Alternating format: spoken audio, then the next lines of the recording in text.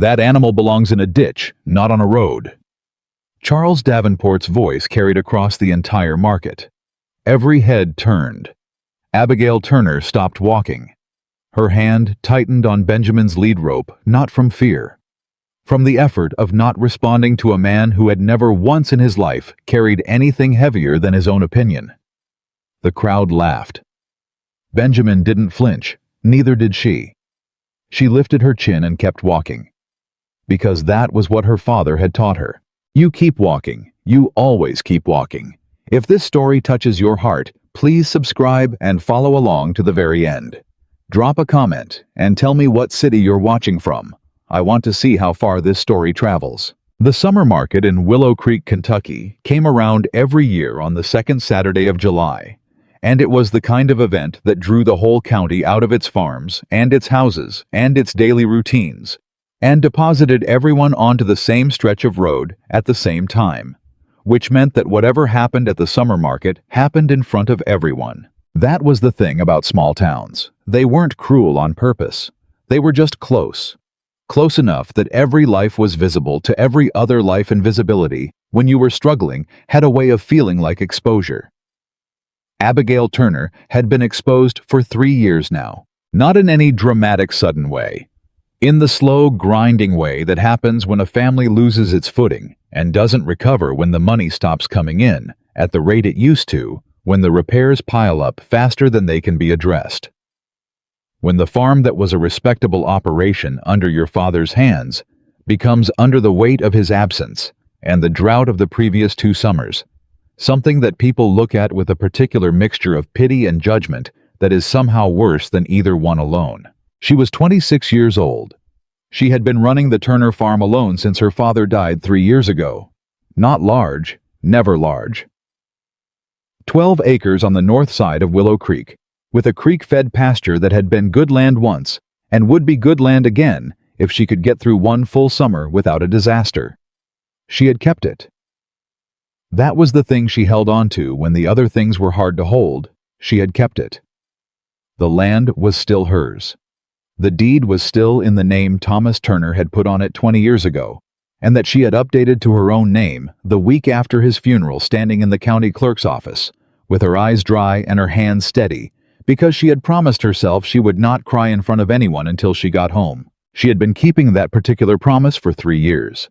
What she had not been keeping was Benjamin.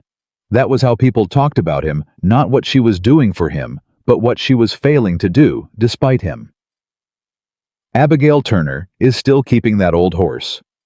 Said the way you'd say someone was still keeping a broken wagon or a leaking roof, as a fact that contained its own judgment, as evidence of an impracticality that bordered on foolishness. Benjamin was 24 years old, which was old for any horse and ancient for a working one. His coat had gone from the warm chestnut brown of his younger years to something softer and more complex, brown still but threaded through with gray, particularly around his muzzle and his eyes, which gave him the expression of someone who had seen a great deal and reached a settled peace about most of it. One of his front legs had a weakness that had been there for 6 years. A tendon issue from an old injury that meant he moved slowly and carefully, and with a deliberateness that people who didn't know him read as infirmity, and that Abigail read as wisdom. He could not plow. Not anymore. He could not pull the heavier equipment. He could carry a rider at a walk, pull a light cart on good ground, and do it all day long without complaint, which was more than Abigail could say for several of the human beings she dealt with regularly. She had been offered money for him twice in the past year. Not good money. The kind of money people offer for something they consider worthless, low enough to be an insult dressed up as a favor. A man named Garrett had offered her $12 in March, which was what you paid for an animal you intended to render, and she had looked at him for a long moment, and then said very clearly, "No, thank you," and walked away before she said something she'd have to apologize for later. She was not selling Benjamin. She had told herself this when her father first got sick 3.5 years ago, when it became clear that the illness was the kind that didn't go back the way it came, and that Thomas Turner was going to leave his daughter this farm and this horse and this life and not much else. He had found Benjamin abandoned in a back field when the horse was less than a year old, half-starved, overlooked by the previous owner, who'd decided he wasn't worth the trouble of feeding through a hard winter.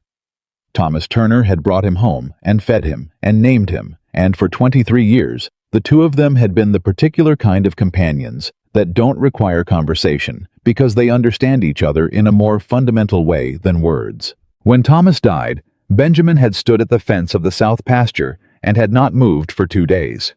Abigail understood that. She had not moved much either, but she had gotten up, and she had kept the farm, and she had kept Benjamin. And on the second Saturday of July 1817, she had put on her best dress. The blue cotton one, faded now, but still presentable. Still the best she had, and she had taken Benjamin's reins and walked him down the road to the summer market, because she had a cart of dried herbs and 2 jars of honey to sell. And she needed the money, and Benjamin was how she got there. She was not going to apologize for any of it. Yesterday. The laughter started before she reached the main stretch of road. She heard it the way you hear something you've been expecting, not with surprise, but with a kind of bracing, the internal adjustment of a person who knew it was coming and has been preparing themselves accordingly. 2 boys near the feed store fence pointing. A group of women outside the dry goods shop who stopped their conversation and started a different one lower, with glances in her direction that they were not trying very hard to conceal, and then louder than the rest from the center of the road where the market stalls had set up. Lord above, is that the Turner horse? A man named Birch, heavy-set, red-faced, the kind of man who mistook volume for wit, was leaning against a post with 3 other men and grinning in the direction of Benjamin, with the particular grin of someone who believes they have spotted something funny and wants an audience to confirm it. "That animal looks older than my grandfather," Birch said, "and my grandfather's been dead 16 years. The men around him laughed. Abigail kept walking. "Miss Turner." Birch raised his voice. "You know they have glue factories for a reason, don't you?" She stopped. She turned and looked at him. Not with anger, she had learned that anger gave men like Birch exactly what they wanted, a reaction that confirmed they'd landed the blow. She looked at him with the same expression she used when she was examining a problem on the farm. Assessing. Patient. "Mr. Birch," she said, "I've found that men who spend their Saturday mornings making jokes about old horses are usually just avoiding work they haven't got the spine to do." Birch's grin flickered. The men around him made a sound that was somewhere between a laugh and an intake of breath. Abigail turned back to the road and kept walking. She heard Birch say something behind her, but she didn't catch it, and she didn't try to, because she had already given him more of her attention than he deserved, and she had herbs to sell, and she was not going to spend 1 more second on a man who thought cruelty was cleverness. Benjamin walked beside her with his slow, deliberate pace, his head level, utterly unimpressed by the proceedings. "Good boy," she said quietly. "Don't pay them any mind." His ear turned toward her voice. That was enough. God. She had set up her small table, the folding one her father had made slightly uneven on one leg, but solid, and arranged her herbs and her honey when Charles Davenport arrived. She knew he was coming before she saw him, because the quality of the crowd's attention changed. Charles Davenport was 45 years old, the second largest landowner in the county, and he had the specific gravity of a man who had been important in a small place for long enough that his presence had become a kind of weather. People adjusted their behavior around it the way they adjusted around rain. He was expensively dressed for a market day. That was a Davenport habit, performing wealth even in contexts where it was unnecessary, because the performance was the point. He had 2 men behind him, who were not quite servants and not quite associates, and who existed, as far as Abigail could tell, primarily, to make him look like someone who required an entourage. He stopped in front of her table. He looked at her herbs. He looked at her honey. He looked at Benjamin tethered to the post nearby. Then he smiled. "Abigail Turner," he said in the particular tone of a man who uses a woman's full name as a form of condescension. "Still hauling that animal around town, I see." "Still selling my goods at market, yes," she said. She did not look up from arranging the honey jars. "Was there something you wanted to buy, Mr. Davenport, or were you just passing through?" He ignored the question. "I'll make you the same offer I made you in the spring," he said. $400 for the Turner land. It's a fair price for what you've got. It's half what the land is worth, and you know it, she said pleasantly. His expression tightened. The land's not producing what it should. You know that as well as I do. 2 dry summers. The land is fine, she said. I'm having a fine summer. Thank you for your concern. Abigail. His voice dropped to something that was meant to sound fatherly and landed closer to threatening. You're 26 years old. You're running a farm alone. You've got an old horse that can't pull weight and 12 acres that aren't earning what they cost to maintain. There is no version of this story that ends well for you. He paused. Take the money. Start over somewhere. It's the sensible thing. She looked up at him then. Mr. Davenport, she said. My father worked that land for 20 years. He built the fence line and dug the well and planted every tree on the south side. He's buried on the north corner under the oak he planted when I was born. She held his eyes. I'm not starting over somewhere. I'm staying right here. And if the sensible thing means leaving the place my father built and the horse he loved, then I reckon I'll just have to be foolish. Davenport studied her. Something moved behind his eyes. Calculation mostly. But something else too. Something that recognized it had met a wall and was deciding whether to keep pushing or to find another angle. That horse, he said, and his voice shifted into something lighter, almost amused, is an embarrassment to this town. You know that's what people say. I know what people say, she said. I also know what Benjamin is. And those 2 things have never once matched up. She looked back at her honey jars. Davenport stood for another moment. Then he turned and walked away, his 2 associates trailing behind, and the crowd that had been watching from a careful distance let out a collective breath and went back to its business. Abigail exhaled very slowly. Her hands were steady. They were always steady in front of people. She had learned that from her father. The morning went on. The way market mornings go, the slow accumulation of small transactions, the conversations that were mostly about something else, the particular rhythm of a community taking stock of itself and deciding item by item what had value and what didn't. She sold all her herbs. She sold 1 jar of honey to Mrs. Calloway, who was 70, and bought honey every summer because she had a theory about bees that involved providence, and she had never seen any evidence compelling enough to abandon it. She was considering whether to reduce the price on the 2nd jar when she heard the change in the crowd. It was a different change from the one that heralded Davenport.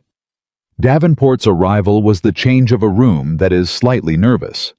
This was something else, an attention that was not nervous but respectful. The particular quiet that settles when someone enters a space who has earned through their actual behavior over actual years the genuine regard of the people around them.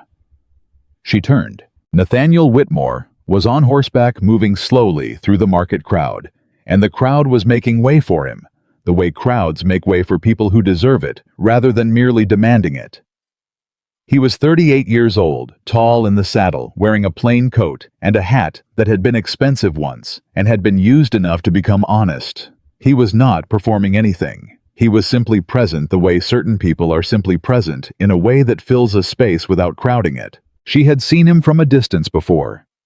Everyone in Willow Creek had seen Nathaniel Whitmore from a distance. He owned more land in this county than anyone except the combined holdings of 2 families who had been in Kentucky since before Kentucky was Kentucky. He employed more people than anyone she knew. He did not come to the summer market every year. Last year he'd been in Lexington, and his appearance this year was already generating the low hum of a crowd that was paying attention. She went back to her honey jar. She was not interested in what rich men did with their Saturday mornings. She heard him before she saw him again, the sound of his horse stopping nearby, the creak of leather as he dismounted. She was looking at her table when she became aware of someone standing near Benjamin's post, and she looked up expecting to see another person come to tell her some variation of what Davenport had already told her, and instead found Nathaniel Whitmore standing perfectly still staring at Benjamin's halter. Not at Benjamin, at the halter. More specifically, at the buckle.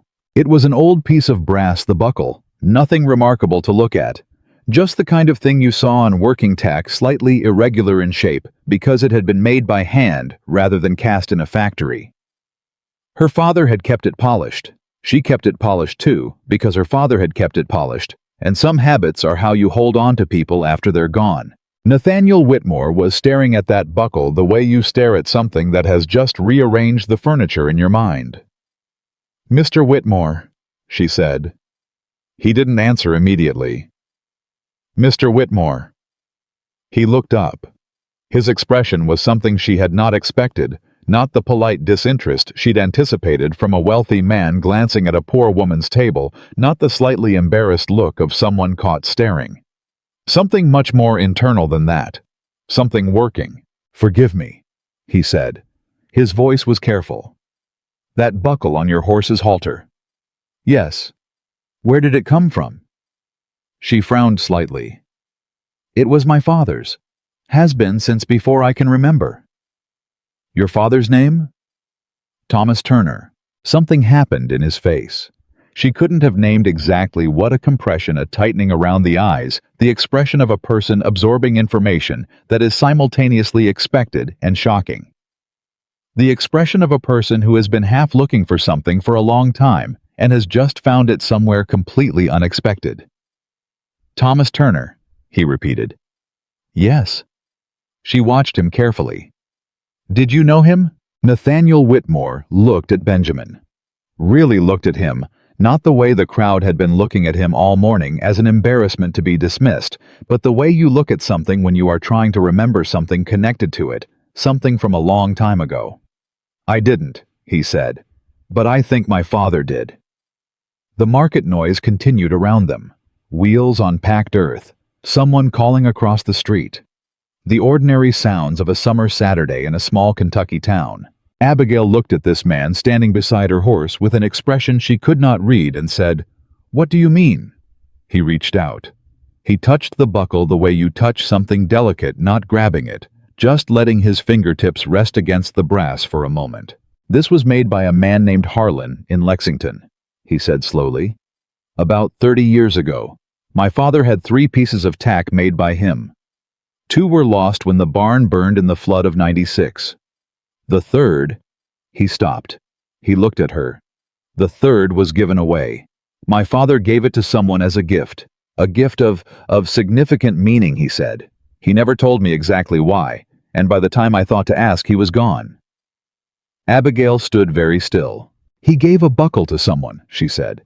"And you think—" "I think that buckle," Nathaniel said quietly, "is the one my father gave away. I think your father is the man he gave it to." He paused. "And if that's true, then there is a story behind it that I have been trying to piece together for 15 years. The crowd was not paying attention to them yet. They were too far from the center of things, tucked near the post where Benjamin stood in his slow, patient, entirely unhurried way. But Abigail felt the world contracting around this conversation, the way it contracts around things that matter. "My father never spoke much about where the buckle came from," she said carefully. "He kept it polished. He said it was old. He said it had belonged to someone who deserved better than they got." She paused. "I thought he meant the horse." Nathaniel looked at Benjamin. "Maybe he did," he said. "Or maybe he meant both." Charles Davenport's voice cut through from 20 feet away, loud and carrying, addressed to the men he was standing with, but designed to be heard by everyone within range. "Whitmore, don't tell me you're standing there admiring that ancient animal. I thought you had taste in horseflesh." Nathaniel turned. Davenport was grinning, the particular grin of a man who wants to perform camaraderie with an important person and has chosen a vulnerable third party as the vehicle. The grin said, "We both know this is beneath us. Let's agree on that together, and in doing so, I'll be closer to your level." Nathaniel looked at Davenport for a moment. "I'm not admiring the horse," he said. And then, in the same calm, even tone, "I'm admiring the buckle, which is a piece of craftsmanship that neither you nor I could afford to commission anymore because Harlan died in 1805 and there hasn't been anyone like him since." He turned back to Abigail without waiting for Davenport's response. Davenport's grin went crooked. "Miss Turner," Nathaniel said, and his voice was lower now, meant for her. I understand this is not the place for this conversation. If you're willing, I'd like to call on you properly and tell you what I know about my father's history and the buckle. And I'd like to hear what you know about your father and how he came to have it." He paused. "I suspect we each have half of a story that makes more sense as a whole." She looked at him. She was not a woman who gave trust quickly. She had learned over 3 years of managing this farm alone to assess people accurately and quickly, and to be wrong about them as seldom as possible. She looked at Nathaniel Whitmore, and she assessed him the way she assessed everything directly, without performance, with the clear eyes of someone who needed to be right. What she saw was a man who was genuinely disturbed by something. Not performing disturbance. Not using this as a pretext for anything she could identify. Simply disturbed the way you are disturbed when something you thought was settled turns out not to be. "Tuesday," she said. "I'll be at the farm." He nodded. "I'll come at 10, if that suits." "That suits." He looked at Benjamin once more. And again it was not the look she'd seen on everyone else all morning. It was the look of someone seeing something they hadn't expected to find. "What's his name?" he asked. "Benjamin," she said. Nathaniel touched the brim of his hat. "Benjamin," he said, as if filing it somewhere. Then he walked back to his horse and mounted, and rode on through the market, and the crowd that had been watching from a careful distance went back to its business. And Charles Davenport stood where he was for a moment, with an expression Abigail couldn't quite read, before he turned away too. She stood at her table, with her last jar of honey, and looked at Benjamin. "What do you think of that?" she said quietly. His ear turned toward her voice. She had no idea what that conversation had just opened. She had no idea what story was attached to this buckle she had polished every week for 3 years without knowing what it meant. She had no idea what Nathaniel Whitmore's father had given it away for, or to whom or why her own father had spent 23 years keeping it polished, and saying only that it had belonged to someone who deserved better. But she thought about the way Nathaniel Whitmore had touched it, like something recovered, like something that had been missing. And she thought about her father, Thomas Turner, who had named a horse nobody wanted and kept him for 23 years, and said on the last evening before he was too sick to say much of anything, "Benjamin carried me home once when no one else came, and I will never forget that, and you won't either. Abby, promise me." She had promised. She just hadn't known until this Saturday morning that the promise might be connected to something much larger than a man and a horse and a winter storm on a Kentucky road. "Tuesday," she told Benjamin. He blinked his slow, calm eyes. "We're going to find out what it means," she said. She sold the second honey jar to a woman she'd never seen before, someone's cousin visiting from the next county, and she packed up her table, and she walked Benjamin home through the afternoon heat, and all the way home, she thought about what Nathaniel Whitmore had said. "I think we each have half of a story that makes more sense as a whole." Her father had been a quiet man, not secretive exactly, more the kind of quiet that comes from a person who has worked with their hands their whole life and found that words take energy that the work also needs. And so you choose your words the way you choose everything when you don't have excess carefully. Only what's necessary. Only what's true. He had told her the farm in stories piece by piece over the years. Which fence line he'd put in the year before she was born. Which well had been dug in the drought and had never run dry since. The history of every structure and every tree and every animal, because knowing the history of a place was how you understood your obligation to it. He had never told her the story of the buckle. She had asked once when she was about 12, because even at 12 she had understood that the buckle mattered in a way that was different from the rest of the tack. He had looked at it for a long moment and then said, "That buckle is a promise kept. That's all you need to know right now." And she had accepted it the way you accept things from parents when you're 12. As truth, that will eventually become explainable as a story. You'll get the rest of when you're ready for it. She had never gotten the rest. He had gotten sick before she was old enough, or he had been waiting for the right moment that kept not arriving, or he had simply been the kind of man who kept certain things too private to share even with his daughter, even at the end. She would never know which, But maybe. And this was the thought that kept arriving as she walked Benjamin home through the late afternoon, past the fields that smelled of summer grass and Kentucky dirt. Maybe Nathaniel Whitmore knew. Maybe his father had told him enough. Maybe the two halves were out there, and she had been living with one of them for 3 years, without knowing it was only half. Tug. That evening she brushed Benjamin down in the pasture, the way she did every evening. Slowly, methodically, starting at the shoulder, and working back. Talking to him the way she always talked to him, because old habits are how you stay sane when the world is complicated. "Someone recognized you today," she said. "Well, not you. The buckle." His ear tracked her voice. "A man named Whitmore. His father had something to do with Papa, I think, a long time ago." She worked the brush along his flank. "I don't know what it means yet, but I'm going to find out." She reached the buckle, ran her thumb across it the way she had 1,000 times. The brass was warm from the afternoon sun and worn smooth in the places her thumb always went. A promise kept, her father had said.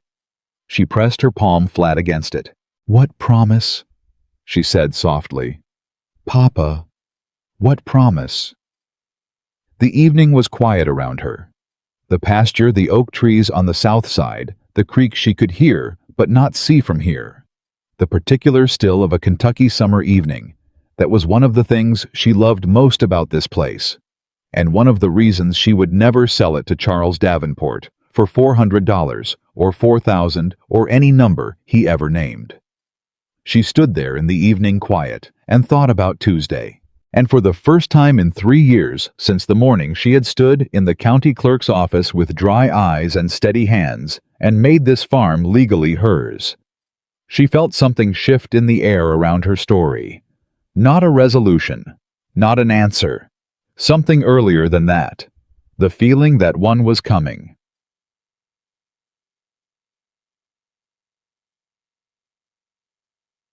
Charles Davenport watched Nathaniel Whitmore ride away from the market that Saturday and stood where he was for longer than he intended. He had known Whitmore for 20 years. They were not friends. They were the kind of men who occupied the same economic stratum, and therefore interacted regularly, without either of them finding the other particularly interesting. Davenport respected Whitmore's land holdings the way you respect a competitor's score. Whitmore tolerated Davenport the way you tolerate someone who is loud in a space you'd prefer to be quiet. What he had seen this morning was something new. He had seen Nathaniel Whitmore look at an old horse's buckle and change. That was the only word for it. Something in the man had changed, become more focused, more present, more interested than Davenport had ever seen him in anything at a summer market or anywhere else. He had touched that buckle like it meant something. He had looked at Abigail Turner. Abigail Turner, who sold herbs and honey from a 12-acre farm with a horse that should have been put down 2 years ago, like she was someone who had just become interesting. That was a problem. Davenport had been trying to acquire the Turner farm for 3 years. Not because 12 acres was significant on its own. Because those 12 acres sat between 2 parcels he already owned, and that position made them worth considerably more than 12 acres of farmland should be.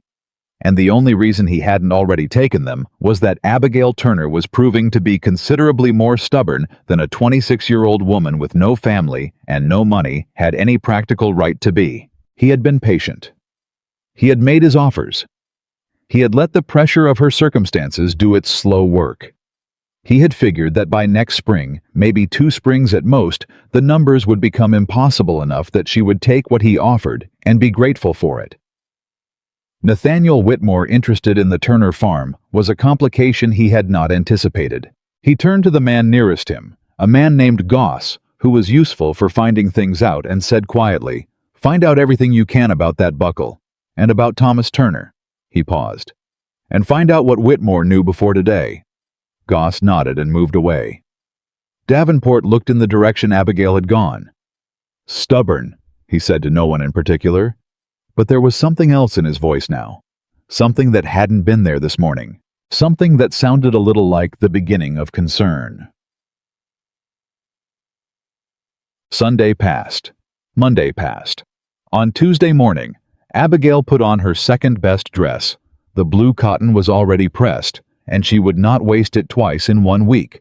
And she made a fresh pot of coffee, and she set 2 cups on the kitchen table, the way her father had always set 2 cups on the kitchen table when someone was coming over, because Thomas Turner believed that any conversation worth having was worth having over something warm. At 10 o'clock exactly, she heard a horse in the road. At 10 o'clock, and perhaps 2 minutes, because even punctual men have to tie their horses.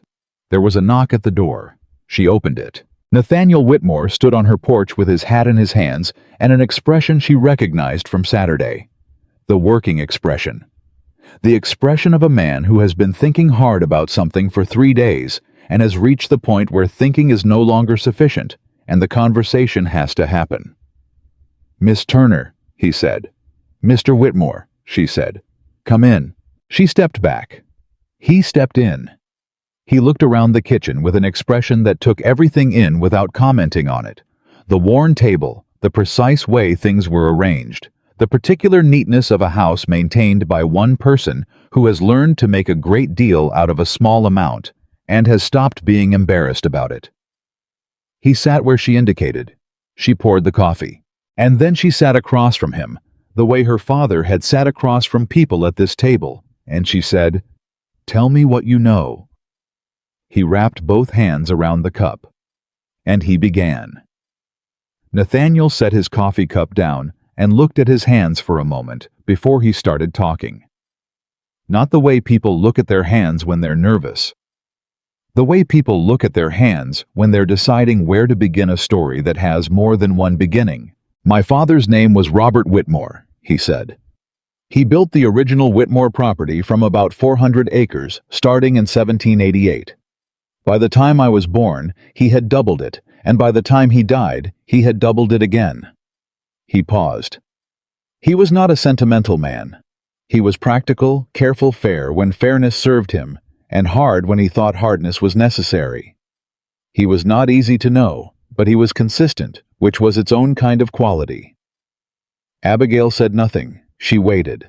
"In the winter of 1793, Nathaniel continued, "my father was riding back from Lexington alone.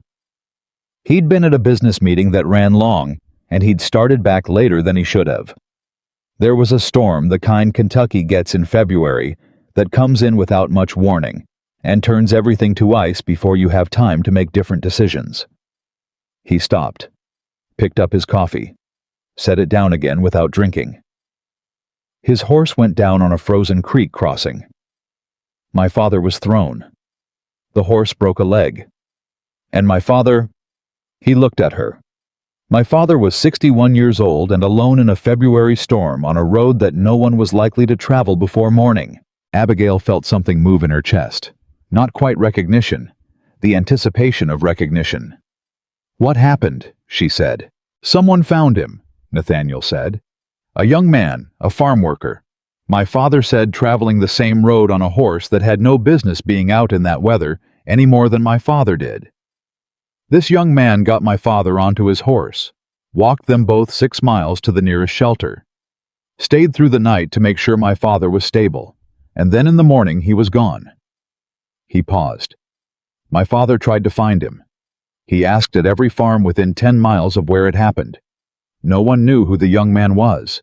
The kitchen was very quiet. "The buckle," Abigail said. "My father had commissioned 3 pieces from Harlan in Lexington that year. He gave the young man one, the halter buckle, before the man disappeared into the morning. It was all he had on him that he could give. He said..." Nathaniel's voice changed slightly. The way voices change when you're repeating something you've heard so many times, it's become part of your own memory, even though it isn't. He said he told the young man that the buckle was a marker of a debt he intended to honor, and that if the man ever came to the Whitmore property and showed it, every door would be open to him. He looked at her. "The man never came," he said. The quiet stretched. Abigail pressed her hand flat on the table, her father's table, the one Thomas Turner had built with wood from the Southfield oak. And she thought about a February storm in 1793, which was 24 years ago, which was 3 years before she was born, which was an entire lifetime that had happened before her, and that she knew nothing about, except what she was hearing right now in her own kitchen on a Tuesday morning. "My father was a farm worker," she said slowly. "Before he came here. He worked other people's land for I don't know exactly how long. He didn't talk about it much. He came to this county in 1795, and he bought this land in 1797 with money he'd saved for years, he said. He always said he'd been saving for years." Nathaniel was watching her. "He found Benjamin the same year he bought the land," she said. 1797. Benjamin was less than a year old, abandoned in a back field. He said. She stopped. Something was assembling itself in her mind piece by piece, and she needed a moment to let it finish assembling. "He said that Benjamin carried him home once, when no one else came. I thought he meant something that happened after he had the farm.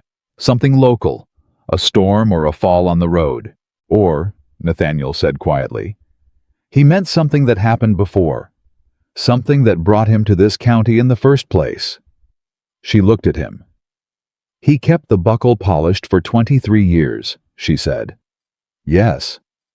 "He called it a promise kept." "Yes." "But he never went to your father. He never showed the buckle." Nathaniel nodded slowly. "No," he said. "He didn't." Why?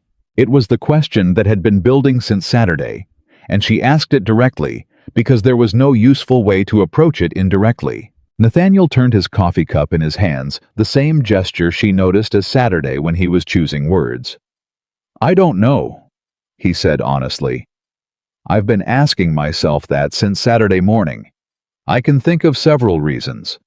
Pride, your father may have been a man who didn't want to present himself as claiming a reward for something he'd done, because it was right. Fear, Whitmore land, and Whitmore money is a significant thing to walk up to with nothing but a brass buckle and a story.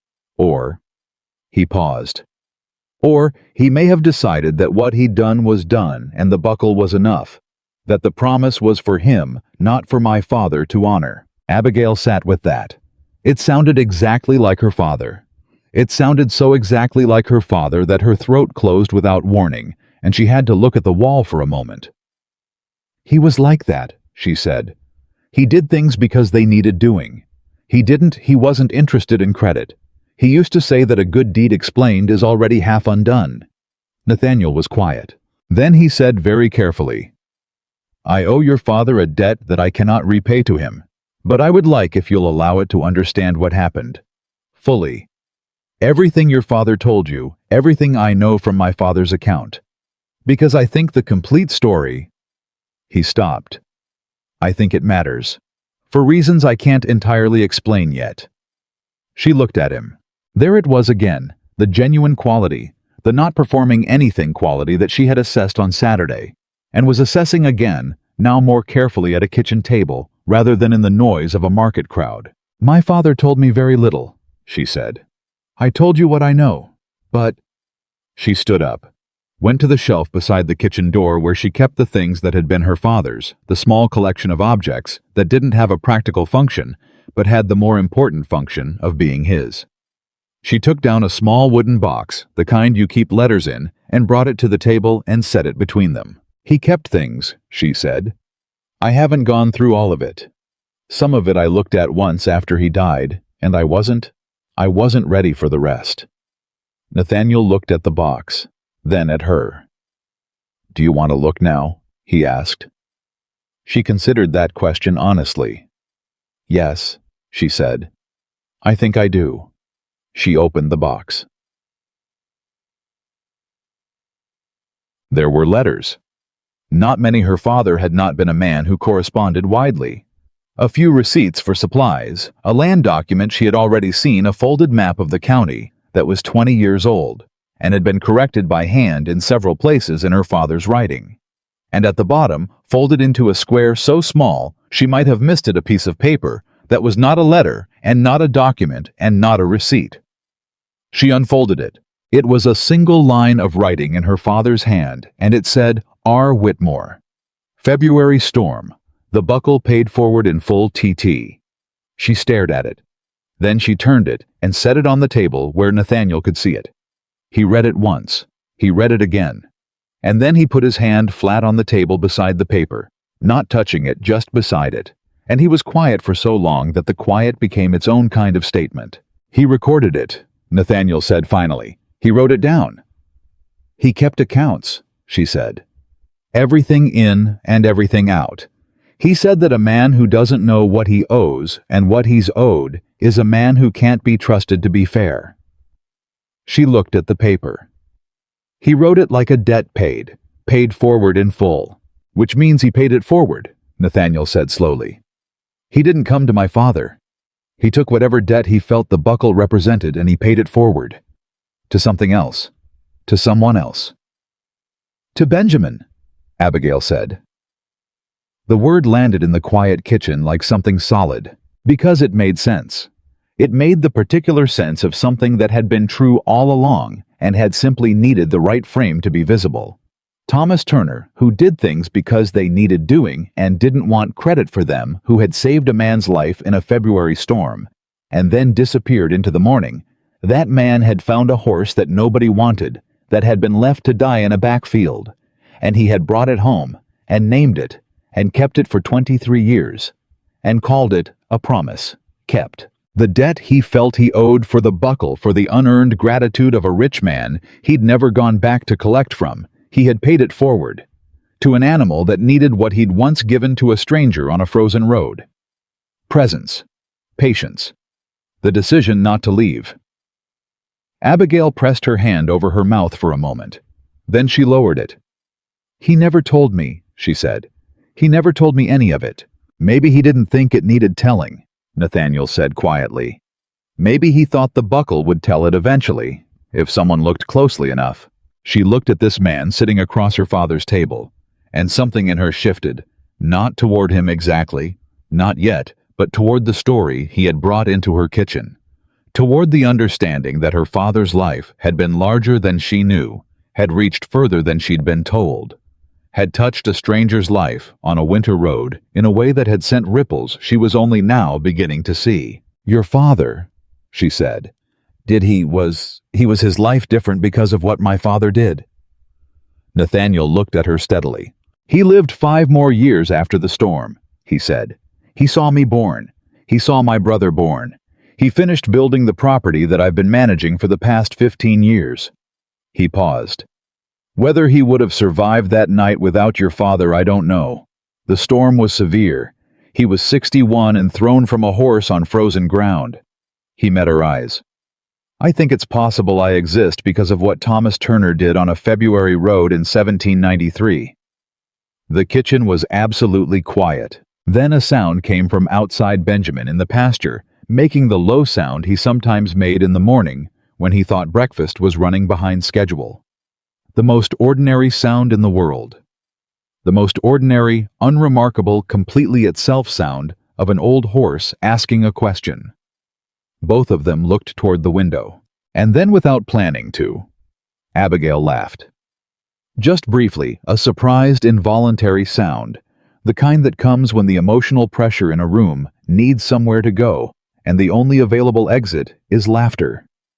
Nathaniel looked at her. Then he smiled. The first real smile she'd seen from him, unguarded, reaching his eyes. Your father's horse has opinions, he said. He always has opinions, she said. He's just usually more patient about expressing them.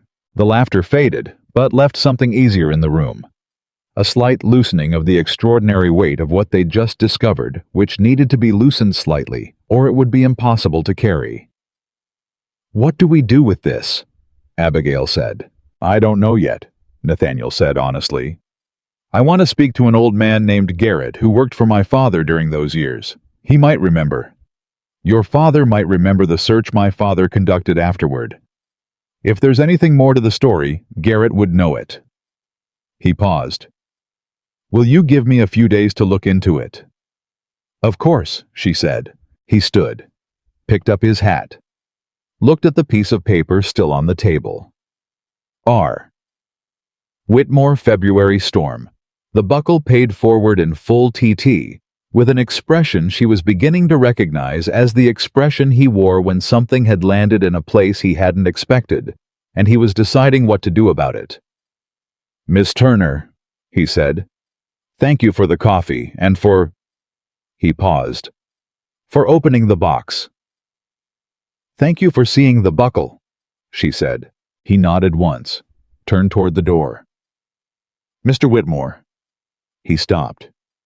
"Whatever you find out," she said, "I want to know all of it.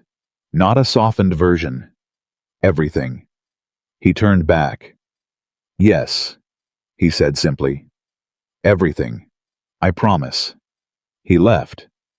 She heard his horse on the road fading. She sat at the table alone, with the small piece of paper, and the open wooden box, and the sound of Benjamin in the pasture, and she thought about her father. And she thought about a February storm in 1793. And she thought about a buckle polished every week for 23 years. A promise kept. She understood it now, and understanding it made her love him more and miss him more in equal and inseparable measure.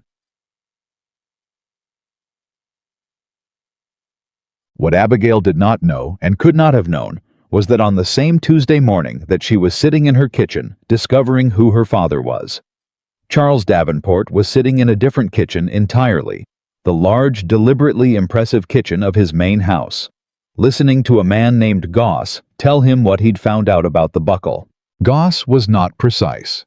He worked through inference and rumor and the particular social intelligence of someone who spent a great deal of time listening to other people's conversations. And what he had gathered over the weekend was a partial picture, something about Whitmore's father, something about a storm, something about a debt. He didn't have the details, but he had enough to understand the shape of it. "So Whitmore's got a personal connection to the Turner land," Davenport said when Goss finished. "Connection to the Turner family," Goss corrected carefully. "Not necessarily the land." "Same thing," Davenport said. "If Whitmore's father owed a debt to Turner's father, Whitmore's going to feel obligated. He's that kind of man." He tapped his fingers on the table. "He's going to get involved." Goss waited. "How far along are the Turner Farm's debt obligations?" Davenport asked. "Current," Goss said. "Miss Turner hasn't missed a payment. She's behind on some maintenance, but legally the property is clean." Davenport's expression shifted. "Then we need a different approach." "Sir." "There are other ways to make a farm untenable," Davenport said. "Supply arrangements, market access. The Turner woman sells herbs and honey at market. She has 2 or 3 buyers for her honey in the county. If those buyers found a more reliable supplier—" Goss understood. He nodded. "And the horse," Davenport said. "That horse is 24 years old with a weak leg. Farms have unexpected accidents." Goss went very still. "I want the horse gone," Davenport said. "Quietly, not harmed. I'm not a cruel man. But if that animal were to disappear, if someone were to offer him to a render yard before Miss Turner could object, that's theft, Mr. Davenport." "It's assistance," Davenport said. "That horse is an anchor on that woman's resources. She's feeding an animal that produces nothing. Remove the anchor and she'll make the sensible decision faster." Goss said nothing. "Can you manage it?" Davenport asked. A long pause. "I can look into it," Goss said. Davenport nodded and picked up his coffee and looked out the window at his own very large, very productive, very profitable property, and thought about 12 acres that were about to become a great deal more complicated to acquire than they had been on Friday. Nathaniel found Garrett on Thursday. The old man was retired now, 70-something, living in a small house on the edge of the Whitmore property that Nathaniel had built for him because Garrett had worked Whitmore land for 40 years, and that kind of loyalty deserved something solid. He was sharp still in the way that some old people are sharp not in all things, but in the things that mattered to them, the things they'd been paying attention to for decades. When Nathaniel asked about the storm of February 1793, Garrett went very still. "You found him," Garrett said. Nathaniel stared at him. "You knew. I knew your father was looking." Garrett leaned back in his chair. "I helped him look. For 2 years after that storm, every time your father went anywhere near where it happened, he asked. Asked at farms, asked at markets, asked anyone who might have known a young man traveling that road in February. He paused. We never found a name. Never found a face. Your father thought the man might not have wanted to be found. His name was Thomas Turner, Nathaniel said. He bought land in this county in 1797, and he died 3 years ago. His daughter has his farm and his horse and the buckle. Garrett was quiet for a long moment. Turner, he said slowly. There was a young man named Turner who worked the Beaumont farm before your father's accident. He left that position in the spring after the storm. Beaumont said he'd moved on, didn't know where. He looked at Nathaniel. I should have connected it. I should have. You couldn't have known, Nathaniel said. I might have, Garrett said. And the weight in those 2 words, the weight of a man who had spent 24 years with a loose end that was now suddenly tied, was considerable. Nathaniel leaned forward. Tell me everything you remember about the man at the Beaumont farm. Garrett told him. What emerged over the next 2 hours was a picture of Thomas Turner at 22, young, skilled with horses, quiet, the kind of worker who showed up before he was expected and left after he was needed, who never asked for more than he was owed and sometimes took less. The Beaumont farm hands had liked him. He'd been there about 3 years before he left in the spring of 1793, which was 3 months after the February storm. He left because of the buckle, Nathaniel said when Garrett finished. My father was looking for him. He knew my father was looking, and he left before my father could find him.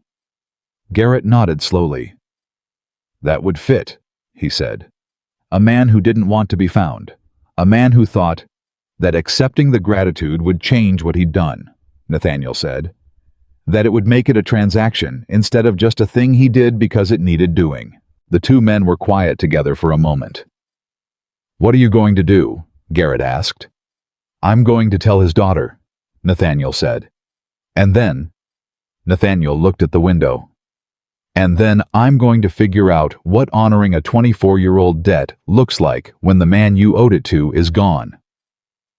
He yawned. He went to Abigail on Friday afternoon and she opened the door before he had finished tying his horse, which meant she had heard him coming and had been watching for him, which she did not acknowledge, and neither did he. He sat at the kitchen table again, her father's table, and told her everything Garrett had said. She listened without moving. When he finished, she was quiet for a long moment. He left so your father couldn't find him, she said. Yes. He gave up his position. He moved to a different county. He started over. She looked at the window. He bought 12 acres and found an old horse and started over. Yes. Because he didn't want a reward. I think because he didn't believe he needed one, Nathaniel said carefully. I think he believed he'd done what anyone with a good heart would do. And he was right. And he didn't want anyone making a larger thing of it than it was. She looked at him. It was a large thing, she said. It was your father's life. I know that, Nathaniel said. He knew that too, I think. That's exactly why he left. She sat with that. And then she said something that surprised him. Do you think he was happy in the years after? Do you think he found what he was looking for? Nathaniel looked at her. It was not the question he'd expected. He'd expected practical questions. What does this mean? What happens now? What are you going to do about it? Not this one. Not the one that was about her father's interior life, his happiness, the question that only a daughter who loved someone very much would think to ask. I think, he said carefully, that a man who built a farm from nothing and kept a horse for 23 years and taught his daughter everything he knew and called a brass buckle a promise kept. I think that man found something. Yes. She pressed her lips together, nodded once. Good, she said quietly. Good. They were quiet for a moment. Then she looked at him, with the direct assessing look she'd used on Saturday at the market, and at the table on Tuesday. The look that he was starting to understand was just how she looked at things completely honestly, without softening it for anyone's comfort, including her own. What do you want to do? She said. With what you know now. He had been thinking about this since Thursday afternoon. He had been thinking about it in the careful, methodical way he thought about all significant things, from every angle, checking for what he might have missed, making sure the conclusion he was reaching was the right one and not just the comfortable one. "Your farm is struggling," he said, not cruelly, as a fact they both knew, and that required acknowledgement before anything else. "Yes," she said, "Davenport wants it. He's wanted it for 3 years." "He's going to increase the pressure," Nathaniel said. "Now that he knows I'm interested in your situation, he'll move faster. He's not a patient man when he feels competition." She looked at him steadily. "What kind of interested—" He met her eyes. "The kind that wants to help," he said, "without buying anything, without controlling anything, without making your farm my business except insofar as you want my input." He paused. "My father owed yours a debt.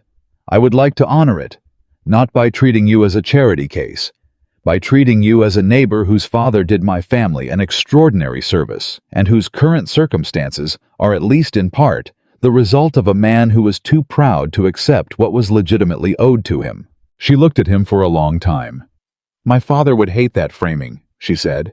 "I know," he said, "which is why I'm saying it to you and not to him."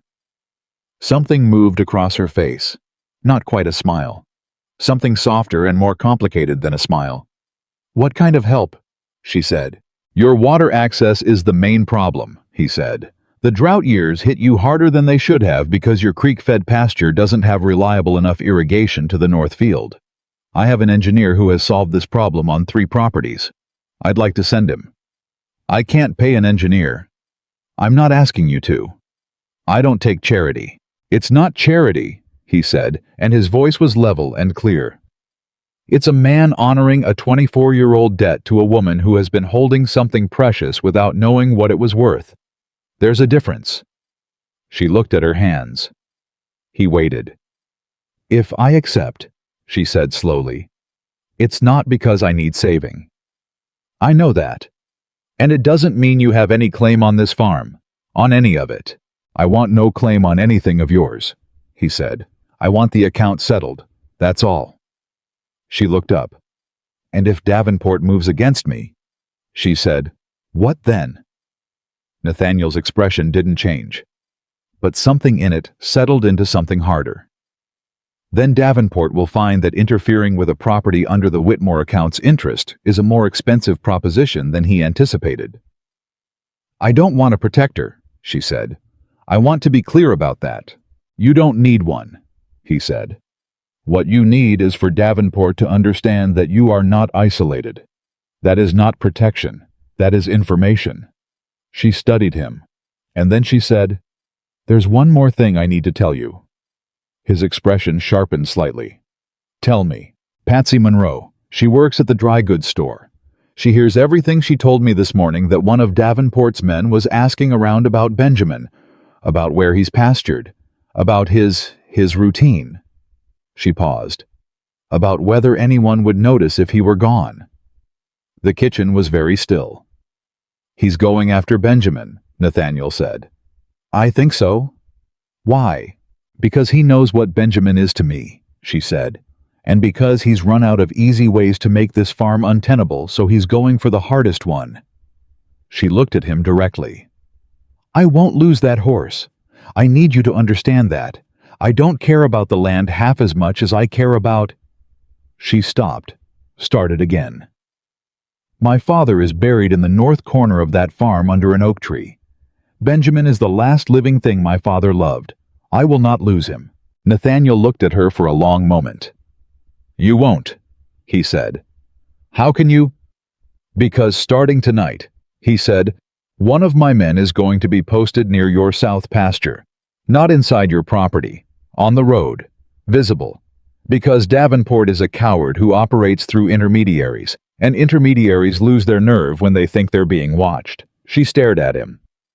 "You already decided to do that," she said. "When Garrett told me about Davenport's man asking questions on Wednesday, yes. You didn't tell me. I'm telling you now." She looked at him with an expression that was not quite anger, and not quite the opposite of anger. The expression of a woman who is figuring out whether she is being managed or being helped, and who takes that distinction seriously enough to be genuinely uncertain in this moment. "Don't make decisions about my property without telling me," she said. "You're right," he said. "I'm sorry." She blinked. He had done this before, apologized immediately and clearly and without argument, and it kept catching her off guard because it was not what she expected from a man with his resources and his standing, and the particular confidence that came from having never been told no enough times to develop the habit of second-guessing himself. "All right," she said. "All right," he said. They looked at each other across the table. Outside, Benjamin made another sound from the pasture.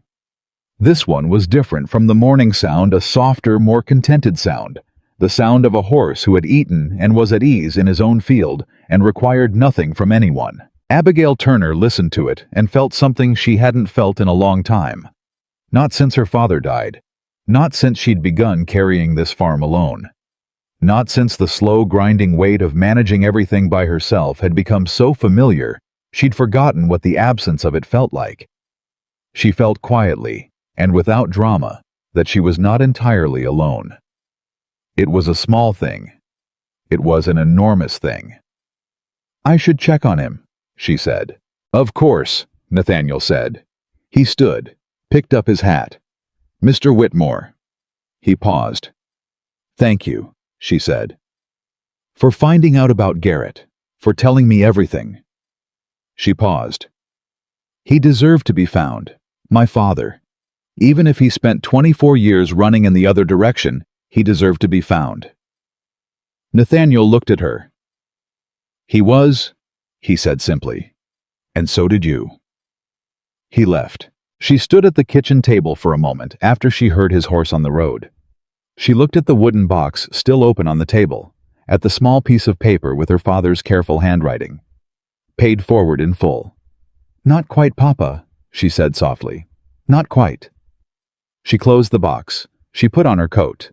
She went out to check on Benjamin. And somewhere across town, in a room Abigail couldn't see, Charles Davenport was reading a note from Goss that said the Whitmore man had been seen at the Turner farm twice in 1 week, and Davenport's expression, as he read it, was the expression of a man who has decided that if something is going to be done, it needs to be done now before the window closes entirely. He reached for a pen. He began to write.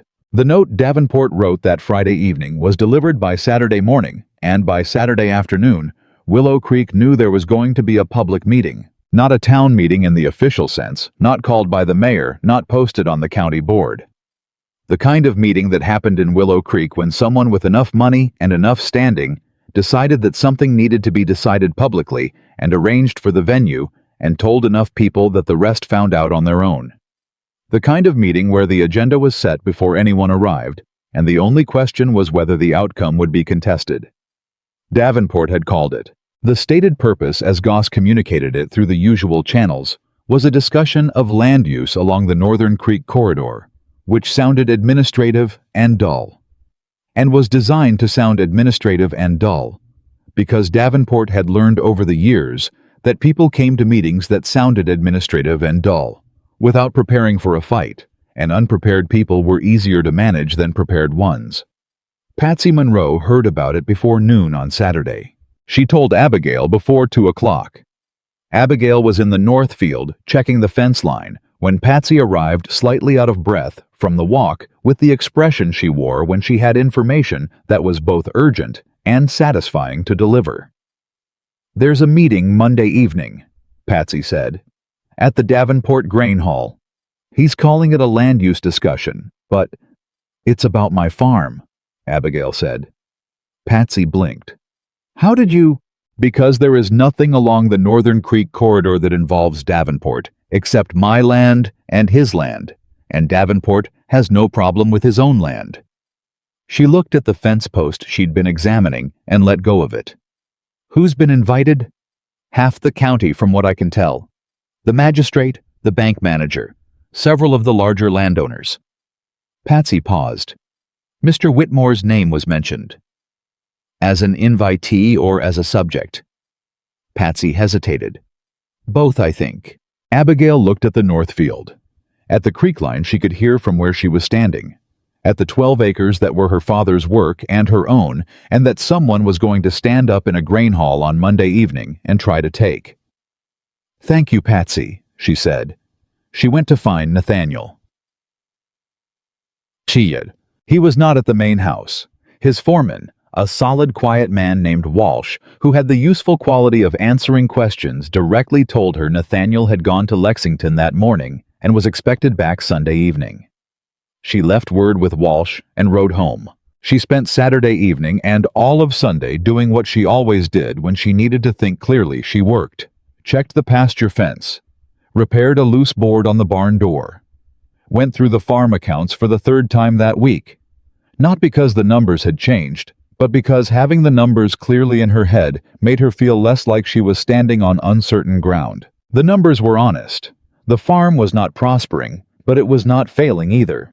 It was in the particular position of something that needed one good season to turn a corner. The creek irrigation finished the north field, producing at its potential one winter without a significant loss. She had been one good season away for 2 years now. Every time she got close, something shifted. This was the something shifting. She brushed Benjamin down on Sunday evening longer than usual, working slowly, not talking as much as she normally did, because she was thinking, and he was patient, and the quiet between them was the kind of quiet that didn't need filling. He turned his head and looked at her once the way he sometimes did, the slow, deliberate look of an animal that understood more than it could express. "I know," she said. "I know." He turned back to his own thoughts, if horses had those, and she kept brushing and kept thinking, and by the time she went inside, she had a clear enough picture of what she intended to say on Monday evening that she could almost sleep. Almost. Ja. Nathaniel arrived at the Turner farm at 8 o'clock Monday morning. She heard his horse and opened the door, and he came up the porch steps with his hat in his hand and the expression of a man who had received her message and had spent his Sunday evening doing his own version of what she had spent hers doing. "You already know," she said. "Walsh told me the moment I got back last night." He came inside. She poured coffee without asking. "I made some inquiries this morning before I came here." She set his cup in front of him and sat. "Tell me." "Davenport filed a nuisance complaint with the county magistrate on Friday," he said. "He's claiming that the Turner property's deteriorating fence line on the northern boundary is allowing livestock to cross onto his land, causing damage." She stared at him. "That fence line is solid. I checked it Saturday." "I know. The complaint is fabricated." His voice was even. But a fabricated complaint in front of a sympathetic magistrate is enough to open a formal review of the property's maintenance standards.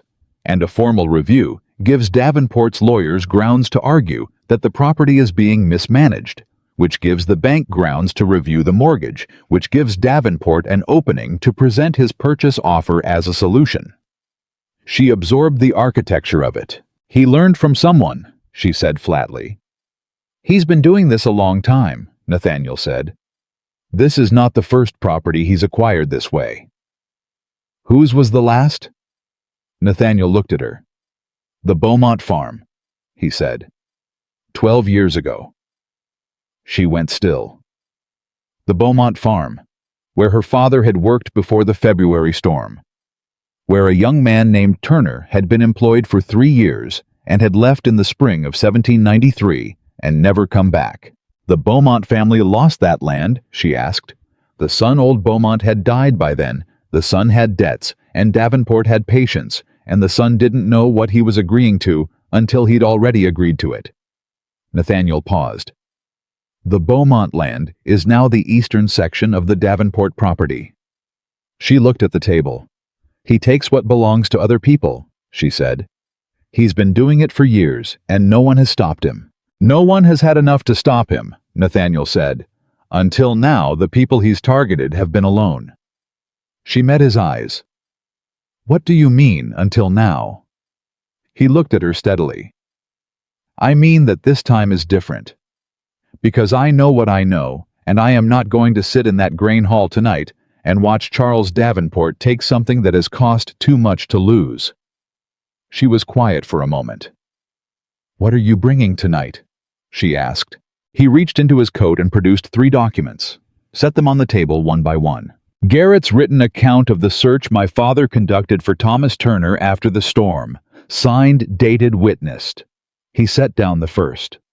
A letter from the county magistrate in Fayette County. Not our magistrate, a different one, confirming that Davenport used an identical nuisance complaint strategy to acquire the Harmon property in 1811.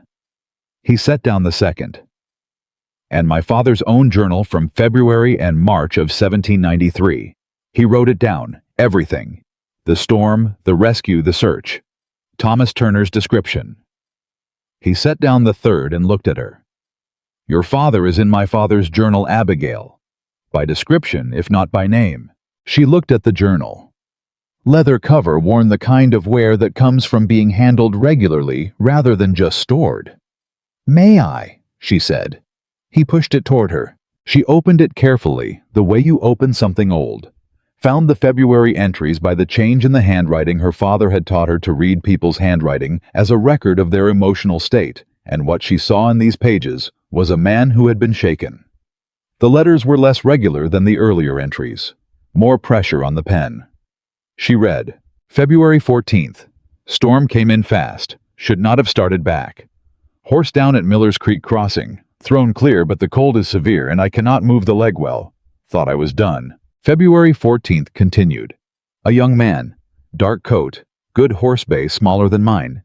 He didn't ask questions. He didn't hesitate. Got me up, got me moving. 6 miles to the Callaway shelter. He talked to me the whole way. Not about himself, about the road, about the weather lifting, about the horse's steadiness. Keeping me awake, I understood later. He knew exactly what he was doing. February 15th. He was gone before I woke.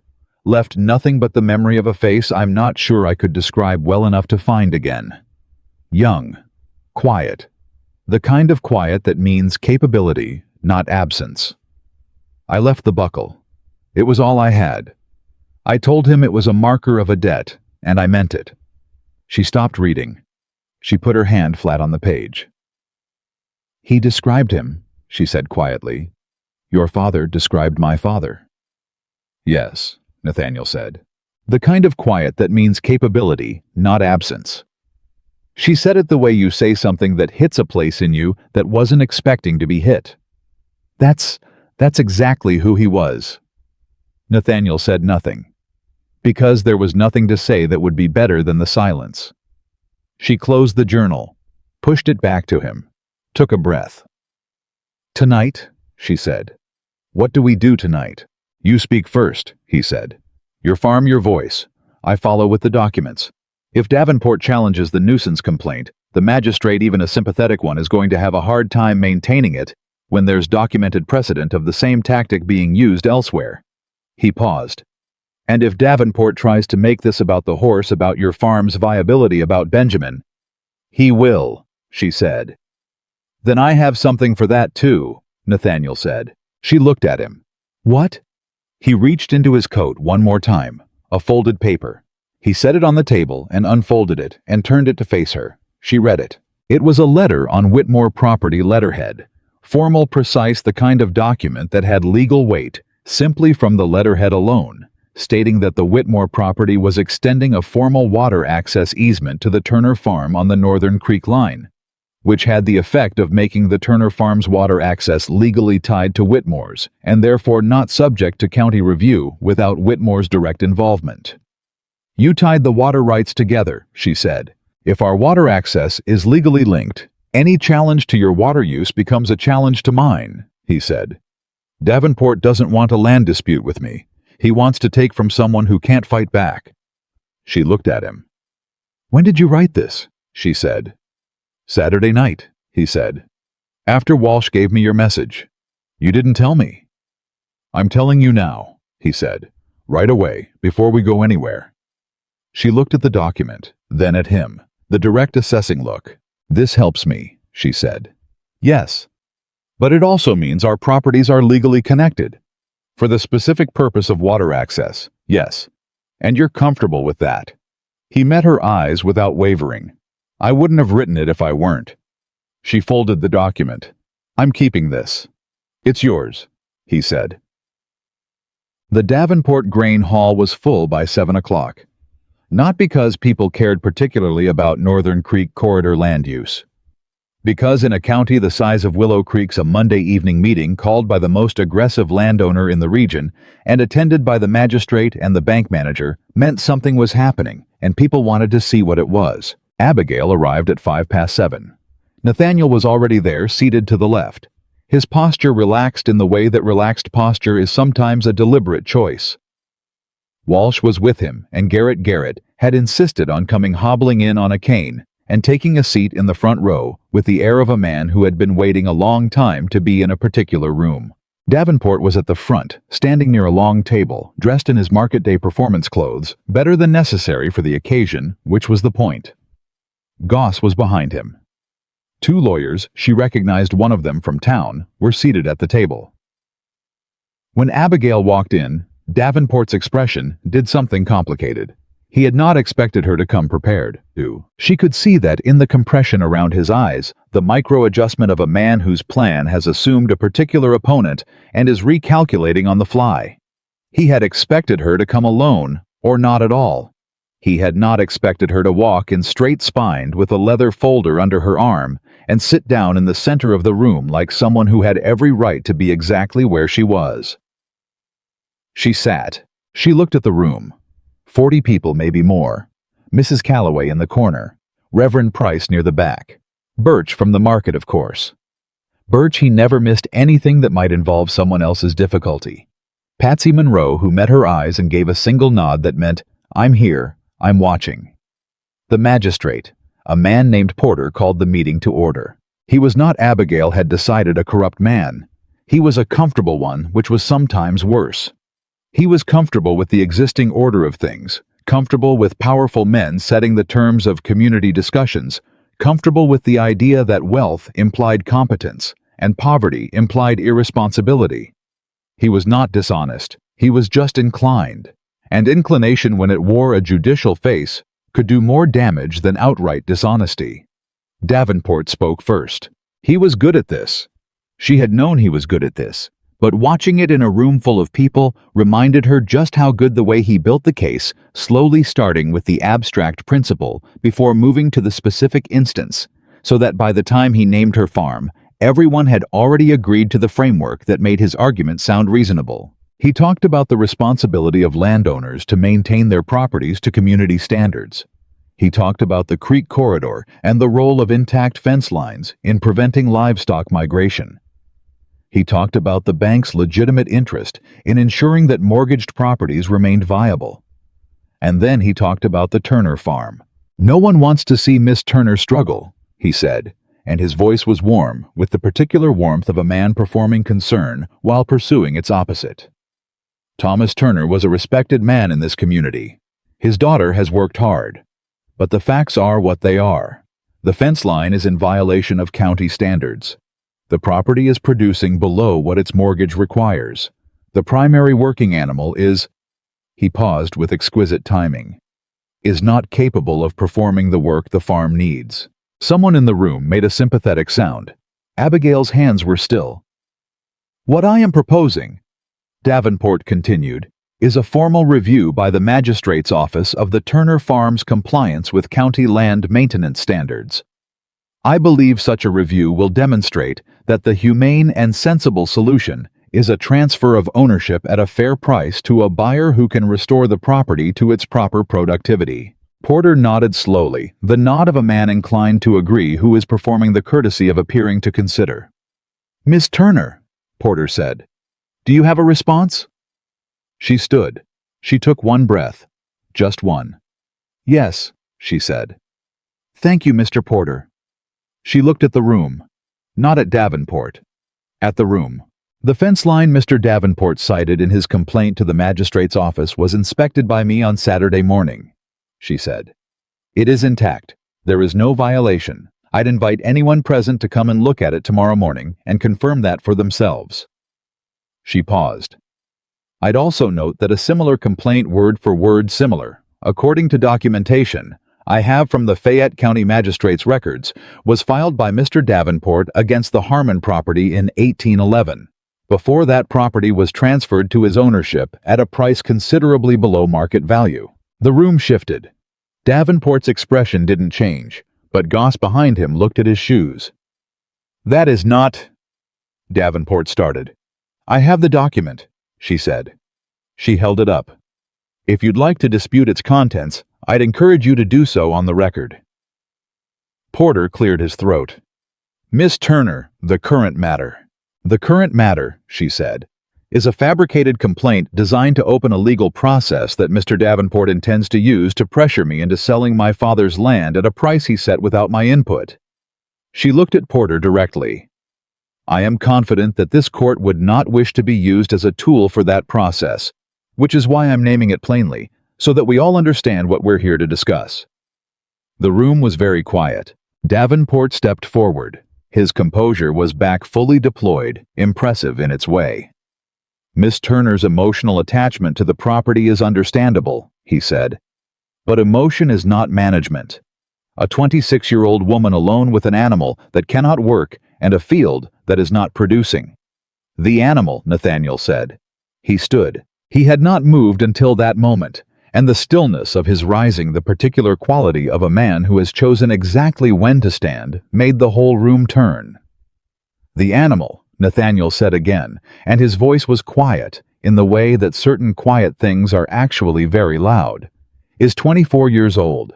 His name is Benjamin, and I think it's time that everyone in this room understood what he is. Davenport turned. Whitmore, this is not. I'm going to tell you about February of 1793, Nathaniel said, and he said it to the room, not to Davenport, because the room was who mattered. My father was 61 years old, and he was thrown from his horse on a frozen creek crossing in a February storm. He was alone. He could not stand. The temperature was dropping. The room was completely still. A young man found him, a farm worker. He got my father onto his horse, and he walked them both 6 miles through that storm to shelter, and he stayed through the night, and in the morning he was gone. He paused. My father spent 2 years trying to find that man. He could not. All he had was a description and the memory of someone who didn't hesitate, who didn't ask what was in it for him, who simply did what needed doing and then disappeared because he didn't want a reward for it. He looked at Abigail. She was looking at him. That man's name was Thomas Turner, Nathaniel said. He is buried in the north corner of his daughter's farm under an oak tree. The horse he kept for 23 years, the horse everyone in this room has been laughing at for 3 years, is the last living thing he loved. He reached into his coat, brought out his father's journal. This is my father's account of that night, written in his own hand in February of 1793. If anyone doubts what I'm saying, they are welcome to read it. He set the journal on the table. He looked at Davenport. My father owed Thomas Turner a debt he was never able to pay, he said.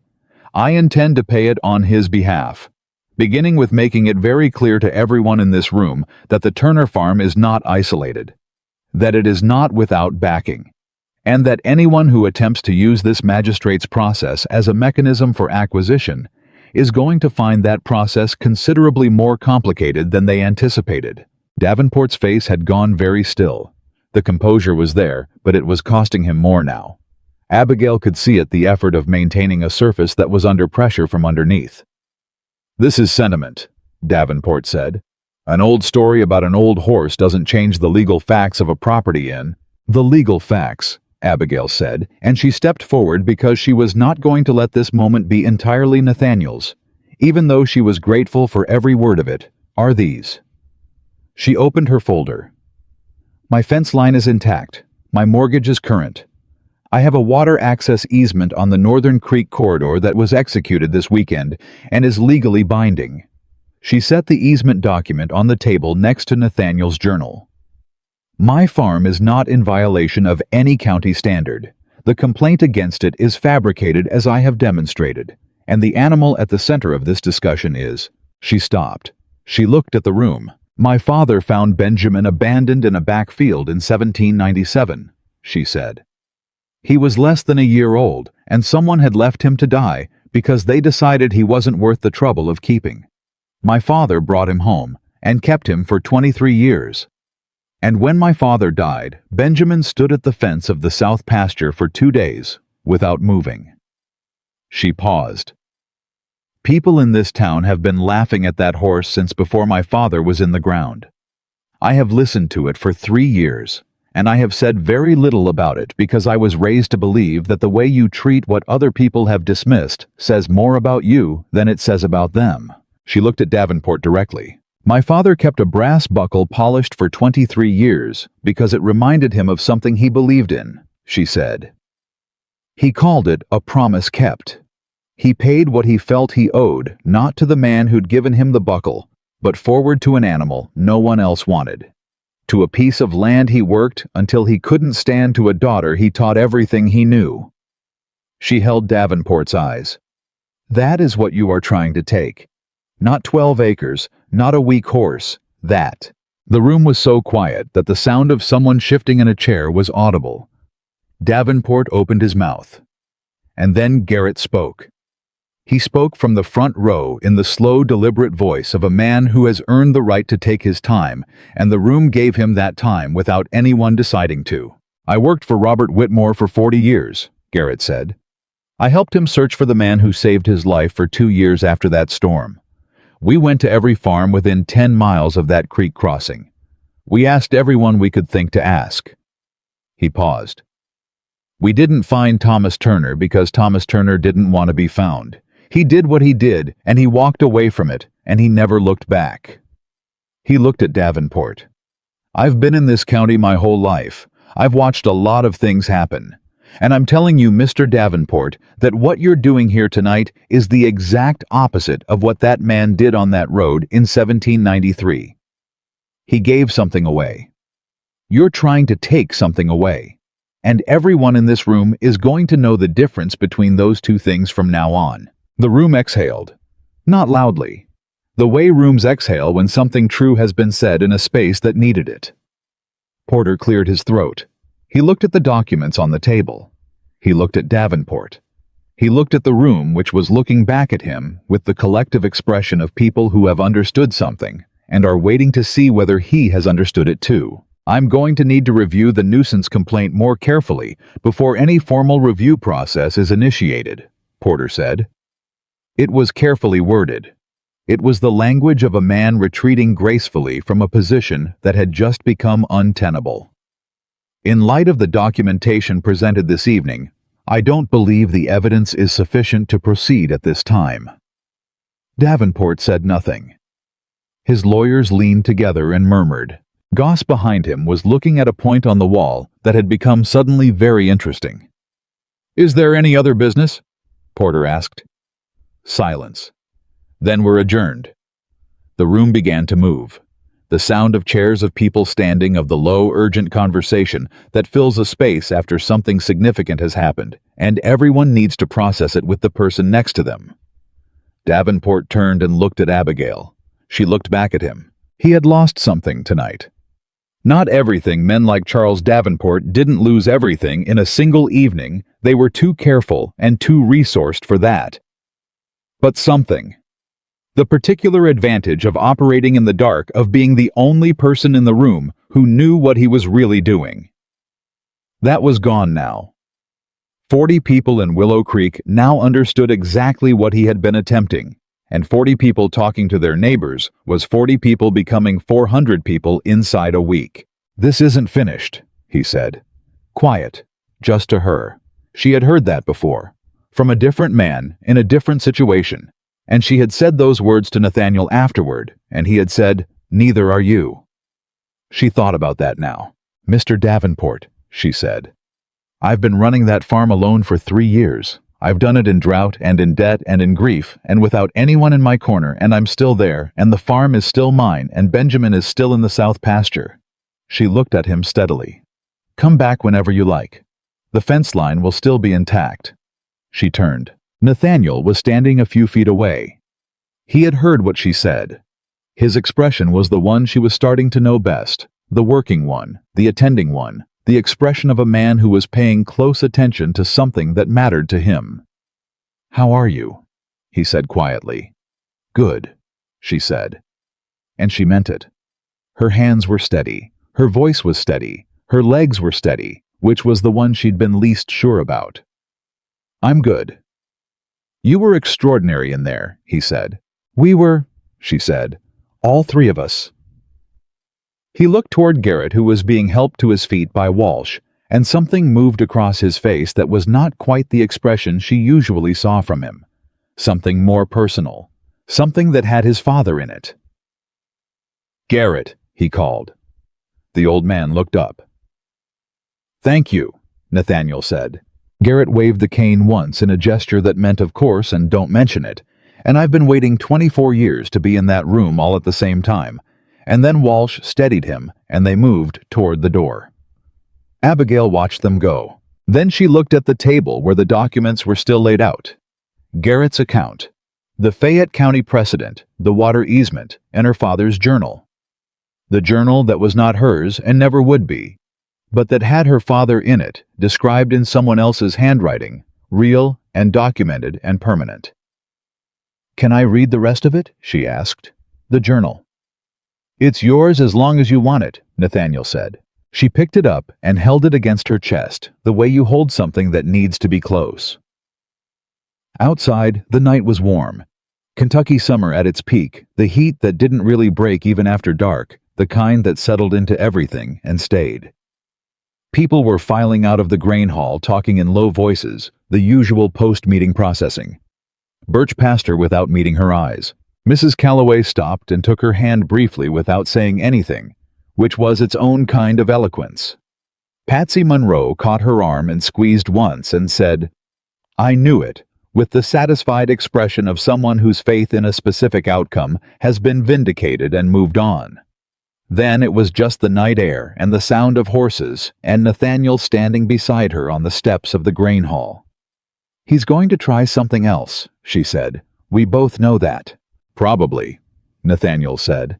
"But he's going to try it against someone who's no longer alone, and without the advantage of being the only person who knows what he's doing." He paused. "That's a different fight than the one he planned for." She nodded. She thought about Benjamin in the south pasture, about Walsh's man on the road Friday night, visible, deliberate, about the buckle she had polished every week without knowing what it meant. "Nathaniel," she said.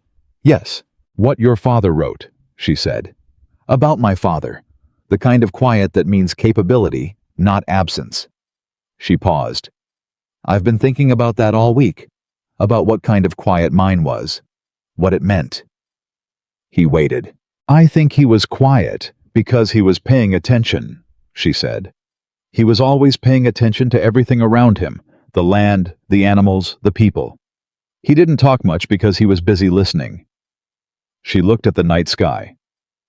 "I think that's the thing he taught me most, and I didn't know he was teaching it.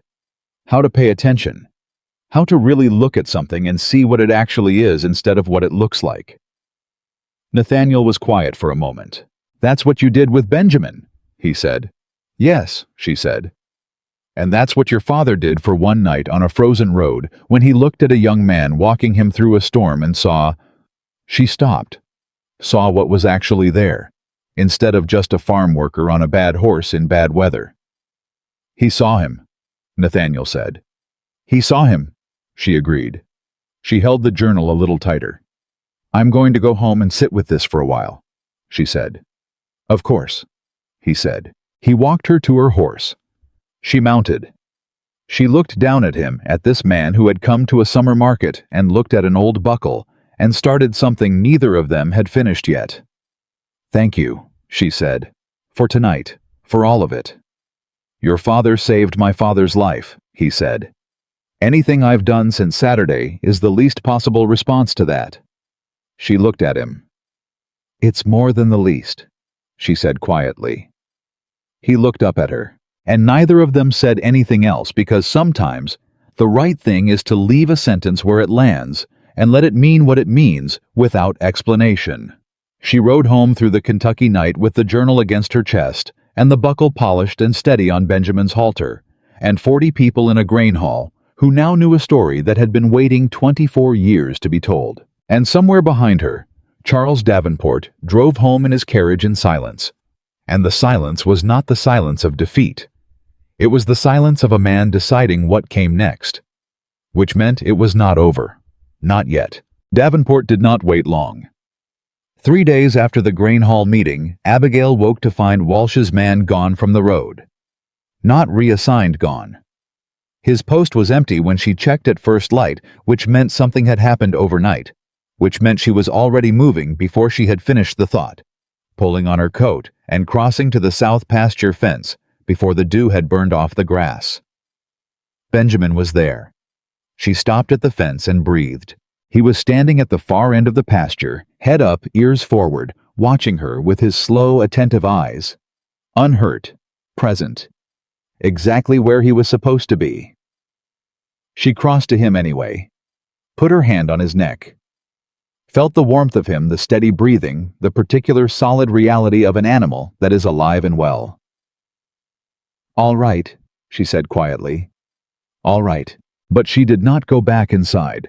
She went to the road instead and looked at the empty post, and then she rode to Nathaniel's.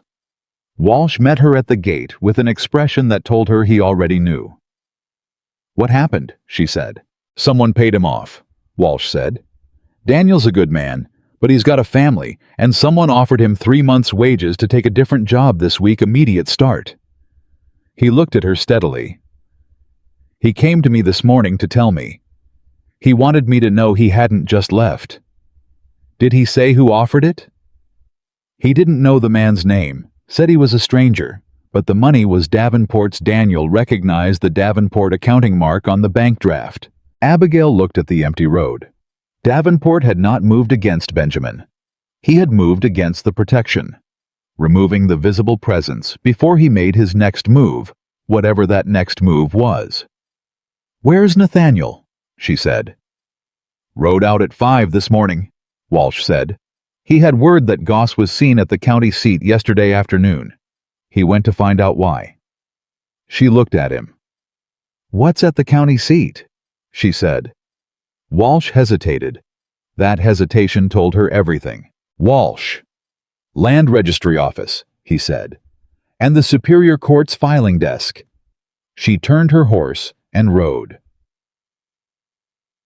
God. She found Nathaniel on the road back from the county seat 2 miles out, and the expression on his face when he saw her coming told her that whatever Goss had been doing there, it was not good. They stopped their horses side by side on the empty road. "Tell me," she said. "Davenport filed a quiet title action," Nathaniel said. "Yesterday afternoon. He's claiming that Thomas Turner's original purchase of the farm in 1797 was made using money that was owed to a prior employer under a labor contract, and that the land therefore carries a cloud on the title that makes the current ownership contestable." Abigail stared at him. "My father earned that money," she said. "He saved for years." "I know," Nathaniel said, "and I believe you. But a quiet title action doesn't require proof of wrongdoing to initiate it, only requires a claim that creates enough legal uncertainty to freeze the property while the court sorts it out." He paused. "If the title is legally clouded, Davenport can argue that no valid transfer of the property can occur without court resolution, which means you can't sell, you can't borrow against it, and the bank has grounds to call the mortgage pending resolution." She looked at the road between her horse's ears. The architecture of it was almost identical to what he'd tried before. Create a legal mechanism that looked legitimate, use it to freeze the property's status, present himself as the buyer who could make the problem go away. He had lost the nuisance complaint angle. He had simply gone back to his desk and found another one.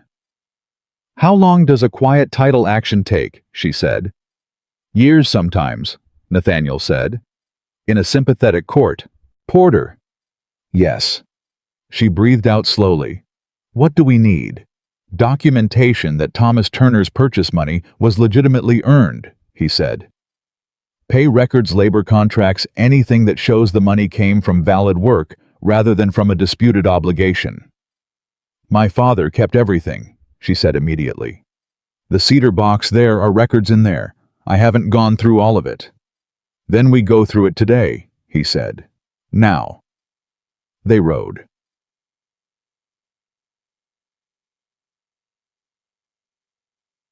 The cedar box gave up its contents slowly, the way important things always do, not in a dramatic rush, but piece by piece. each item requiring a moment of examination before the next could be properly seen. She had gone through the top layers before, the farm records she knew, the letters she'd read. But beneath the layer she'd already examined deeper in the box her father had kept. Older things, things from before the farm, before Willow Creek, before the life she had known him in. Nathaniel sat across the table, and she handed him things, and he read them and sorted them, and when he found something relevant, he set it in the pile that was growing on his left. A labor contract from the Beaumont farm, 1790 to 1793. Signed, witnessed, specifying wages per month. He worked there for 3 years, she said. Yes. Nathaniel's voice was careful. And the wages specified here if he saved all of it, or close to all of it, for 3 years. He did the calculation. He would have had enough to make the down payment on 12 acres in 1797. He saved it, she said. He told me once that he lived on almost nothing for years because he was saving for something. He didn't tell me what. The farm, Nathaniel said.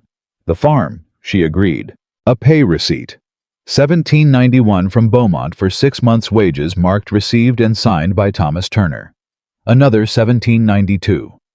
And then at the very bottom of the box, under a folded piece of cloth that had been her mother's, in an envelope sealed with wax that had been cracked open sometime in the past and resealed imperfectly, a document she did not recognize. She looked at it.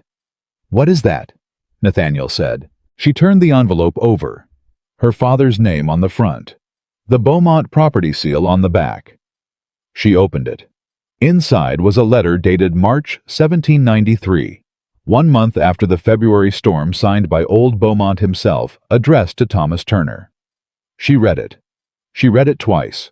Her hands were not entirely steady when she set it down and turned it toward Nathaniel. He read it. He went very still. It was a letter of reference. The kind an employer wrote for a valuable employee who was leaving on good terms. But it was more than that. Beaumont had written specifically, and on the record, that Thomas Turner had been owed a bonus of $20 for exceptional service during the winter season, the kind of service Beaumont wrote that went well above what was contracted, and that this bonus had been paid in full before Turner's departure. $20. In 1793, added to 3 years of saved wages. More than enough for the farm. He wrote it down, Nathaniel said slowly. Beaumont wrote it down, she said. The bonus. The exceptional service. She looked at the date. March 1793. 1 month after the storm. The kitchen was very quiet. Beaumont knew, Nathaniel said. Or suspected, she said. He couldn't have known exactly what happened on that road. But a young man leaves his farm in the middle of winter and comes back different, quieter, more resolved, with a brass buckle he didn't have before. An observant man might have put a version of it together. He paid him $20 extra, Nathaniel said, and wrote it down formally, so there would be a record. So there would always be a record, she said. She looked at the letter, at her father's name written in Beaumont's old-fashioned, careful script, at the date, at the word exceptional. My father never showed me this, she said. No. He kept it at the bottom of the box. He knew what it was, Nathaniel said. He knew it was the proof. He kept it in case it was ever needed. He looked at her. He was protecting you, even before you were born. He kept the proof so that if anyone ever challenged how he came to have that land, it would be there, she said. She sat for a moment with that. Thomas Turner, who did things because they needed doing and didn't want credit for them, who left before he could be found and kept a buckle polished and paid his debts forward. He had also kept this letter. Carefully. Sealed. At the bottom of a cedar box where it would not be stumbled upon accidentally but would be found if someone was looking for it. He had known on some level that someone might try to take what he'd built. He had left her the answer before she knew there was a question. She pressed her hand flat on the letter. He thought of everything, she said. He thought of you, Nathaniel said. She looked at the window. Take this to your lawyer, she said. Whatever you need to file against the quiet title action. Take all of it, the Beaumont contract, the pay receipts, this letter, all of it. My lawyer is already aware of the action, Nathaniel said. "I sent a rider to Lexington this morning before I came back." He paused. "He'll be here Thursday." She looked at him. "You sent a rider before you even knew about the Beaumont letter." "I sent a rider because Davenport filed an action against your property," he said simply. "I didn't need to know the specifics to know that a response was required immediately." She studied him. "Nathaniel," she said, "what is this costing you honestly?" He held her gaze. "Nothing I'm not willing to spend." "That's not what I asked." He was quiet for a moment. The turning the cup gesture, except there was no cup in his hand this time, just his hands resting on the table. "Time," he said. "Legal fees which are not insignificant, but are not a hardship. Some social capital Davenport has friends, and they are not pleased with me." He paused. "And possibly a business arrangement I had with a mill in the eastern county that may or may not survive Davenport's influence on the mill owner's decisions." He met her eyes. "That last one may cost me something real. I don't know yet."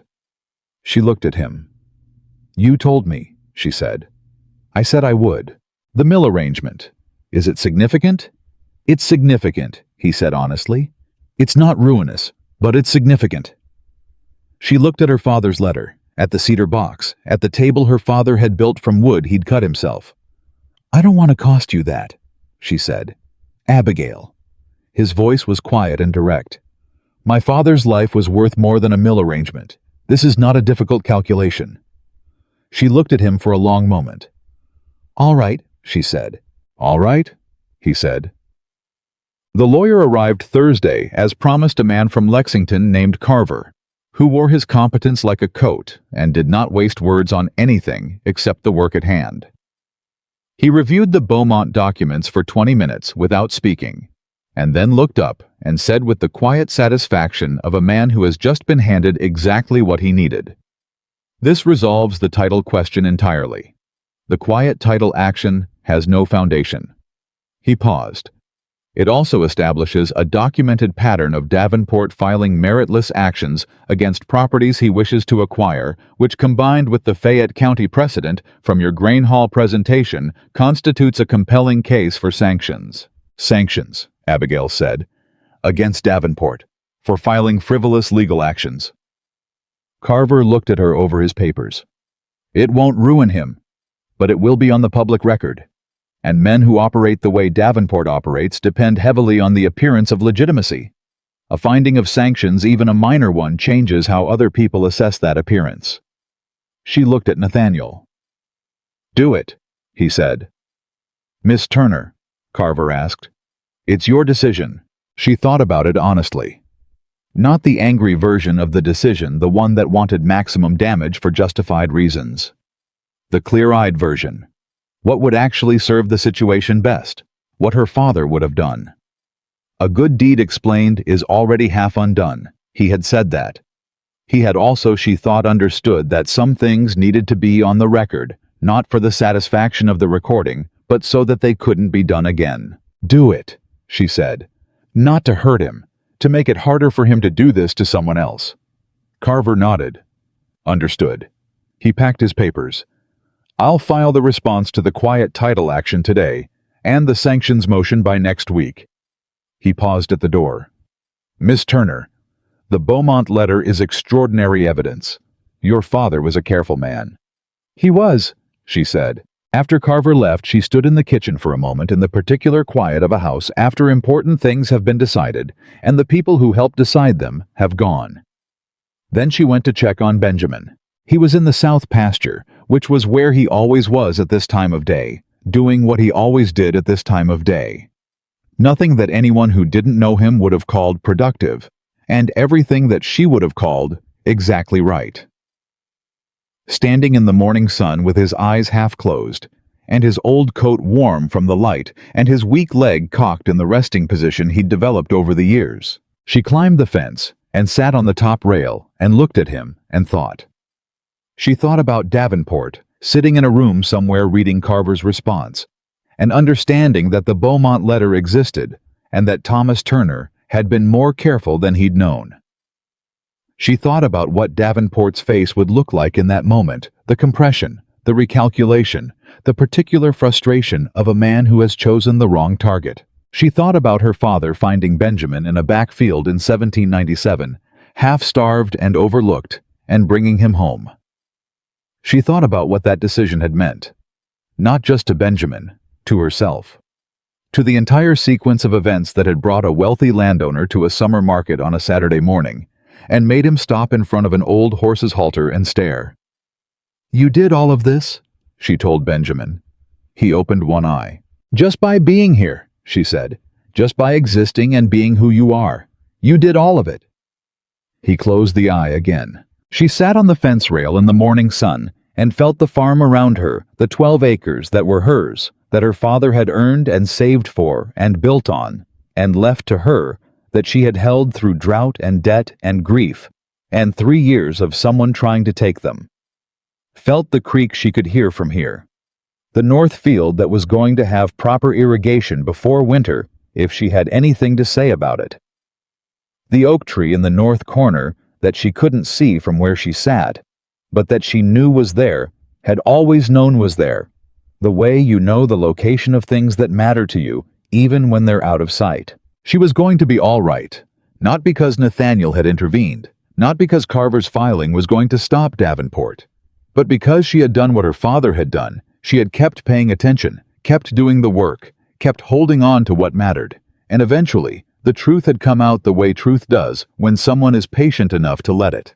She sat there until the sun shifted and Benjamin woke himself up fully and came to find her, which he did the way he always did, slowly, deliberately, with the focused intentionality of an old horse who has decided that whatever he's about to do is worth doing properly. He put his nose against her knee. She put her hand on his muzzle. "All right," she said. "Let's get to work." The sanctions motion was filed the following Wednesday. Davenport's lawyers responded within 24 hours, which told Carver everything he needed to know about how seriously Davenport was taking it. The response was aggressive and detailed, and was, as Carver explained to Abigail and Nathaniel on Friday, the response of a man who understood exactly what was at stake and was throwing his full resources at preventing it. "Good," Nathaniel said. "That means it's working. It means it's going to take longer," Carver said. "How long?" "Months. Possibly until spring. The quiet title dismissal will come quickly. I expect that resolved within a month. But the sanctions motion will be contested vigorously, and Porter will delay it as long as he can." "Can we do anything about Porter?" Abigail asked. Carver looked at her. "What kind of anything?" "He's inclined toward Davenport," she said. "We've established that. Is there a mechanism for requesting a different magistrate on the sanctions matter?" Carver paused, looked at his papers, then looked back at her with the expression of someone who has just been shown a door he hadn't noticed. "There's a recusal request mechanism," he said slowly. "If we can document a financial relationship between Porter and Davenport." "Goss went to Porter before the grain hall meeting," Nathaniel said. "I believe money changed hands. I don't have documentation, but I know where to look." Abigail looked at him. "You know where to look," she said. "Garrett knows people who've known Porter for 30 years, Nathaniel said. "Some of them are going to remember things if asked the right way." "Then ask," she said. He looked at her. Something moved across his face that was the expression she was most familiar with from him, the one that contained more than one thing at once, the layered expression she had been slowly learning to read. "What?" she said. "Nothing," he said. "You just—" He paused. "You remind me of someone sometimes." She raised an eyebrow. "Who?" "The way Garrett described your father," he said. "At the Beaumont farm. Showed up before he was expected, stayed after he was needed, never asked for more than he was owed." He paused. "The kind of quiet that means capability, not absence." She looked at him, and she felt it again, the thing she had been feeling with increasing frequency and decreasing ability to ignore. The particular warmth of being seen accurately, being understood by someone who was paying attention, not because they wanted something from what they found, but because they valued the finding itself. "Stop that," she said. "Stop what?" "Saying things like that," she said. When we're in the middle of working. He almost smiled. My apologies. No, you're not, she said. No, he agreed. I'm not.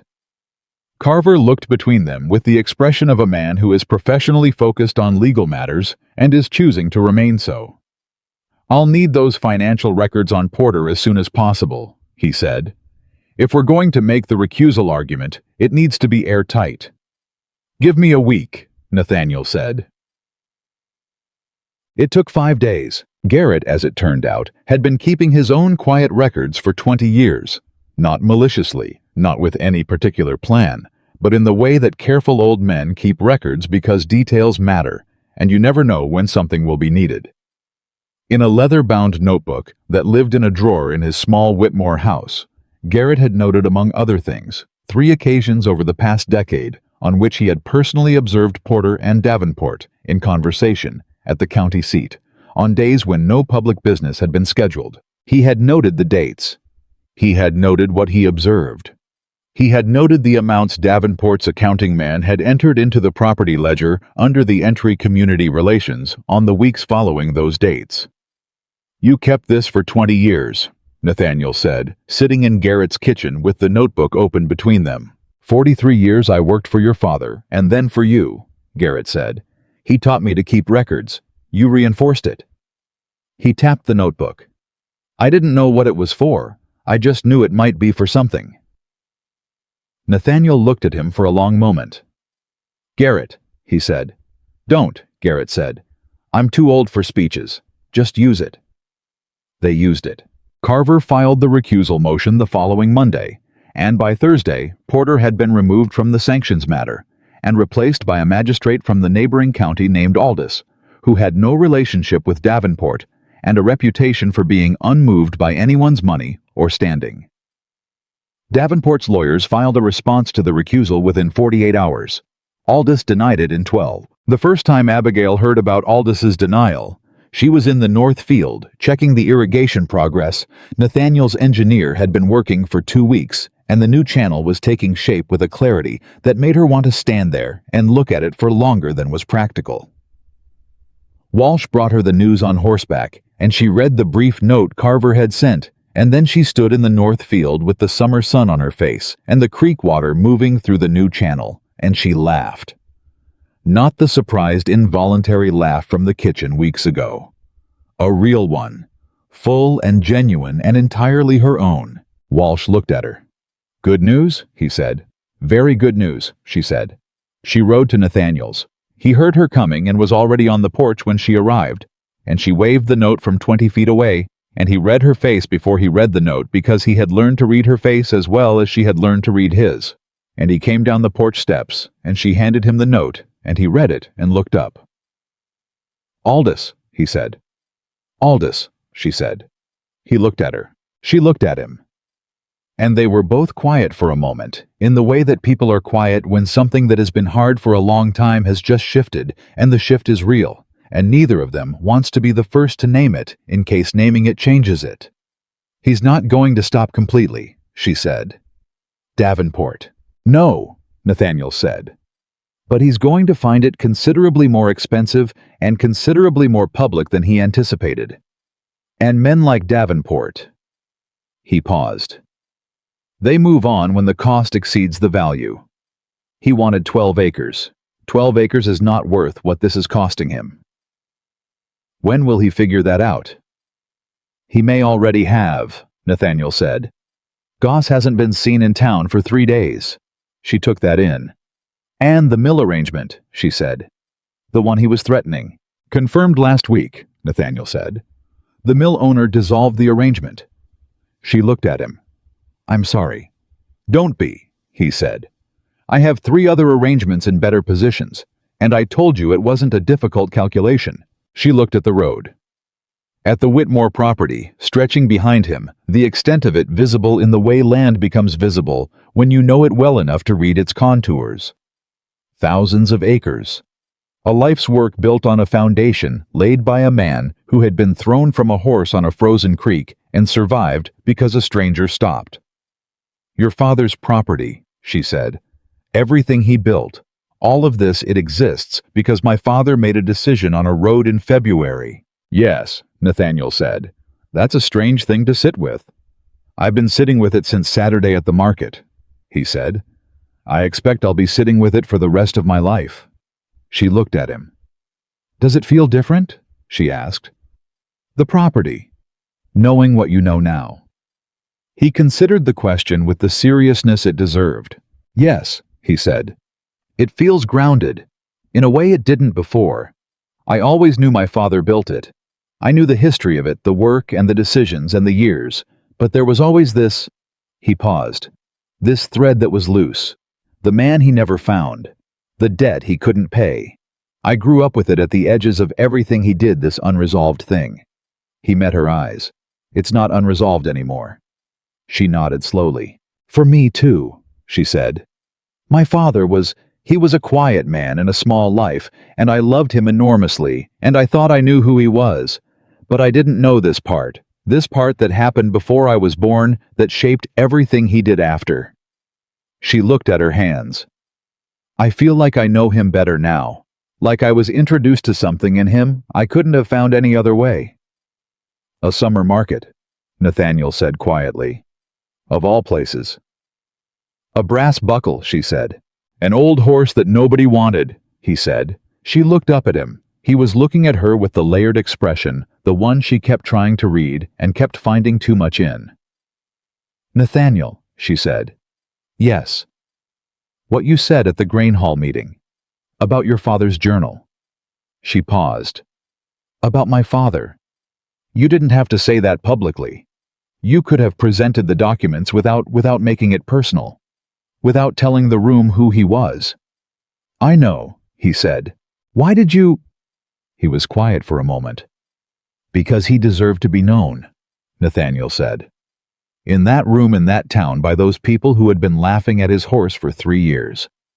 He deserved to have someone stand up and say his name, and say what he did, and make it impossible for anyone present to dismiss it. He paused. And because— He stopped. Because what? He looked at her directly. Because you deserved it too, he said. You've been standing on that farm for 3 years being looked at as something pitiable. A woman alone with an old horse, a struggling farm, no backing. That is not who you are, and that is not who your father was, and I was not going to sit in that room and let Davenport's version of you be the one those 40 people walked home with. She looked at him. Her throat was doing the tightening thing again. She had become accustomed to it happening and had accepted it as the way this particular man affected her when he said true things in his direct, unperforming way. You are very difficult to argue with, she said. I'm told that, he said. It's not a compliment. Isn't it? She almost smiled. Sometimes, she admitted. He turned the invisible cup in his hands. She had learned to recognize that gesture as the predecessor to something he was choosing carefully. Abigail, he said. Yes. I'd like to spend more time here, not to manage anything, not as oversight, just— He paused. I find that I am considerably more interested in the Turner farm than I've been in my own property recently, and I think it's worth being honest about why. She looked at him. He held her gaze. The farm, she said. You, he said. The farm is interesting. You are more than interesting. She was quiet for a moment. You are not subtle, she said. I've been patient for weeks, he said. I thought I was being quite restrained. She looked at the road. At the north field, she could see from here with the new irrigation channel taking shape. At the south pasture fence where Benjamin was visible doing nothing in particular with considerable dignity. She thought about her father's cedar box and the letter at the bottom of it, and the $20 Beaumont had paid for exceptional service.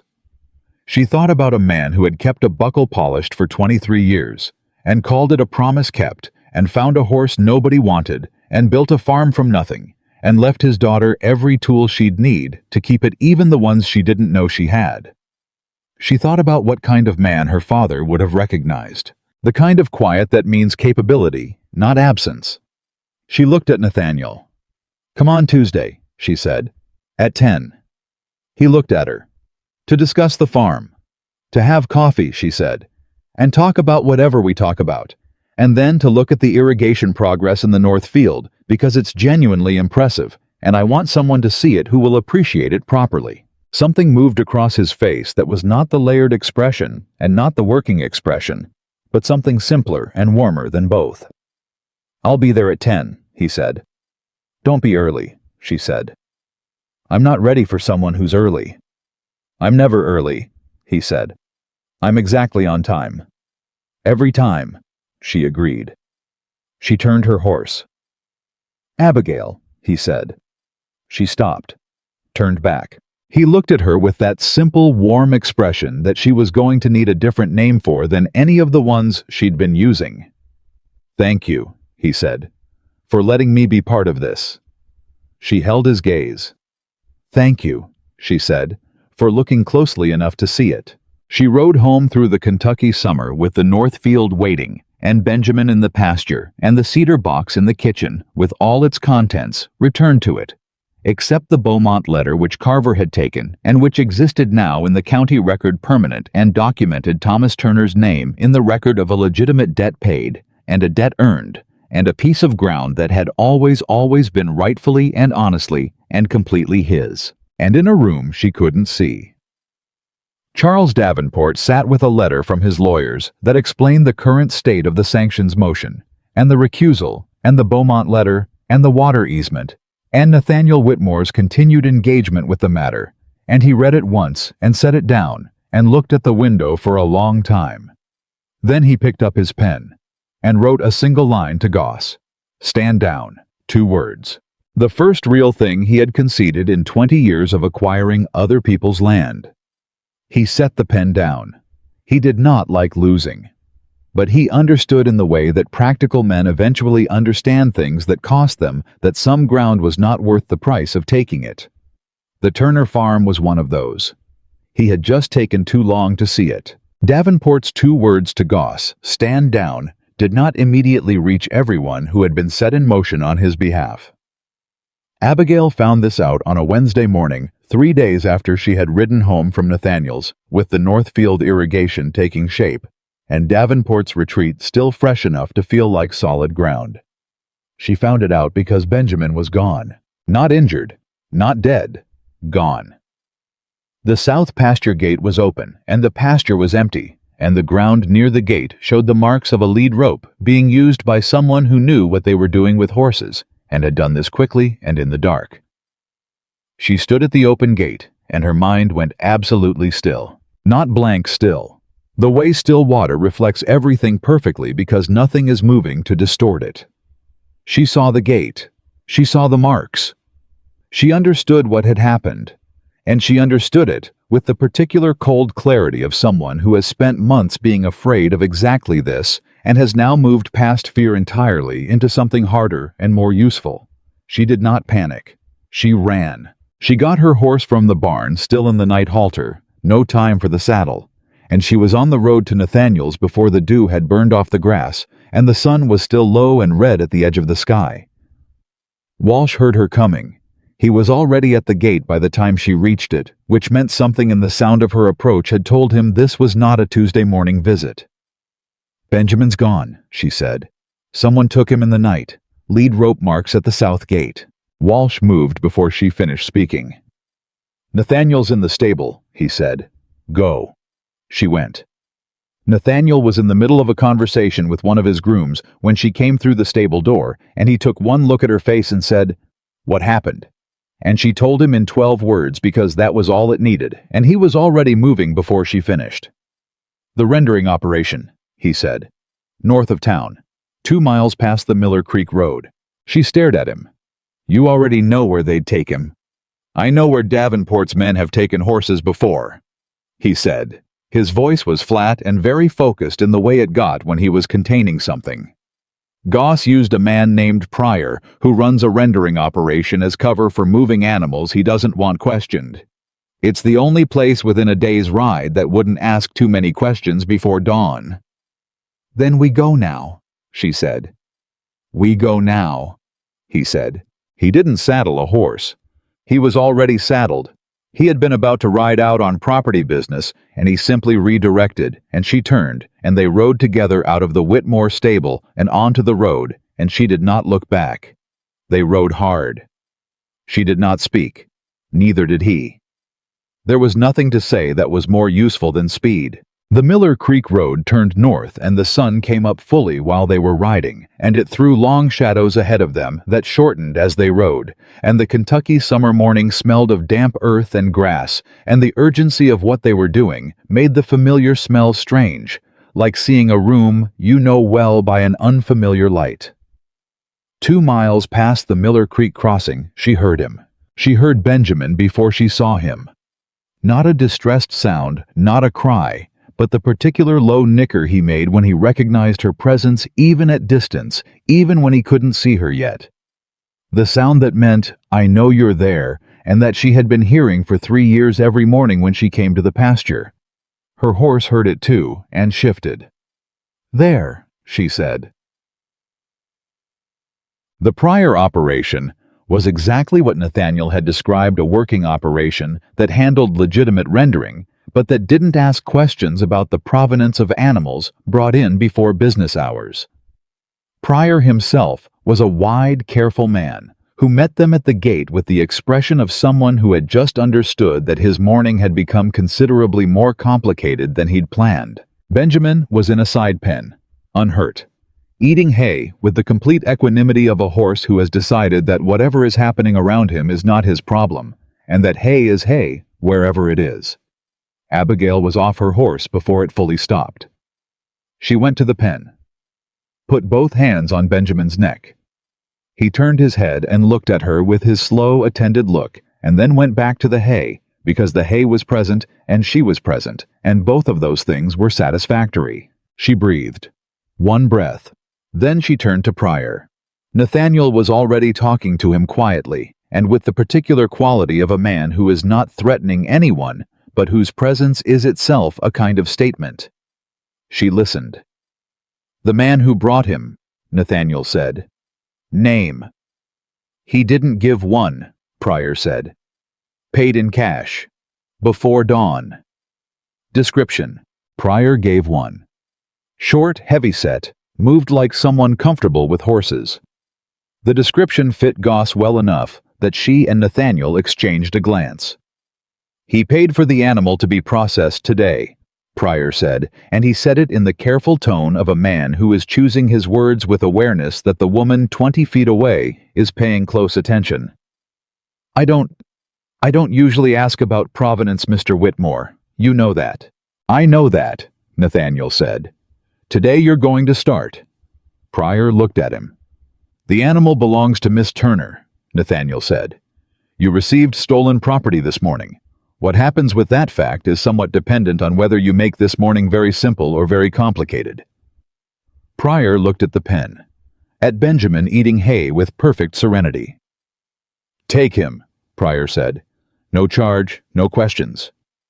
"Thank you," Nathaniel said. They rode back slowly, Abigail on her horse and Benjamin on a lead beside her, and the slow pace after the fast one felt almost dreamlike, the adrenaline draining out and leaving something that was not quite relief and not quite anger, but some combination of both that sat in her chest with considerable weight.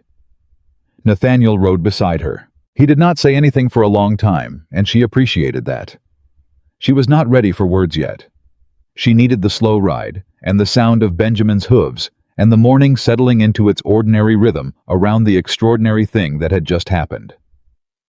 After a mile she said, "Goss didn't know Davenport had stood down." "No," Nathaniel said. "Or he knew and he moved anyway on his own judgment because he thought it could be done before anyone noticed. Which means Davenport may not have authorized this directly.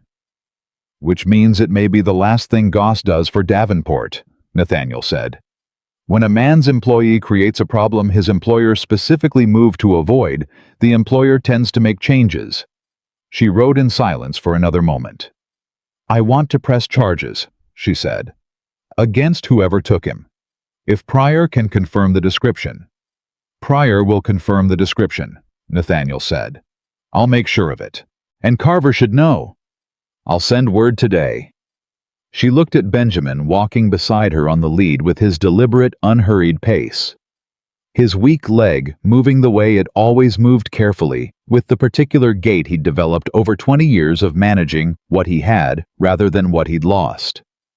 "He wasn't afraid," she said. "No. When I found him at Pryor's, he was eating hay." She paused. "He trusts me. He's always trusted me. Even when I don't know what's happening, he trusts me to come." Nathaniel looked at her. "You always come," he said. "Yes," she said. "I do." They rode the rest of the way in the comfortable silence of two people who have been through something together and don't need to narrate it. Goss was gone from Willow Creek by Friday. Not arrested, not yet, though Carver had the matter in motion, and the county sheriff had been notified with Pryor's signed statement in hand. Gone in the way that people go when they understand that the place they've been operating in has become inhospitable, and the time to leave is now rather than later. Davenport himself appeared at the county seat on Thursday to file a formal disavowal, a legal document stating that Goss had acted without his authorization or knowledge that he condemned the taking of Miss Turner's animal, and that he was prepared to pay restitution for any distress caused. Carver brought Abigail the document on Friday morning. She read it at the kitchen table with the cedar box nearby, and the morning light coming through the window, and Benjamin visible through the glass in the south pasture exactly where he was supposed to be. "He's covering himself," she said. "Yes," Carver said, "but he's also removing himself. The disavowal is a retreat, a formal documented on-the-record retreat." She set the document down. "Is it enough? For the sanctions motion?" Carver paused. "It complicates it, actually. He's trying to distance himself from the taking of the horse, which, if accepted, removes one element of the pattern we've been building." He looked at her. "But it also goes on record that his employee used his resources. The cash came from a Davenport account. We've established that to steal your horse. And a man who pays someone to steal something cannot fully disavow the stealing." She nodded slowly. "Keep going with the motion." "That's my recommendation." "Then keep going."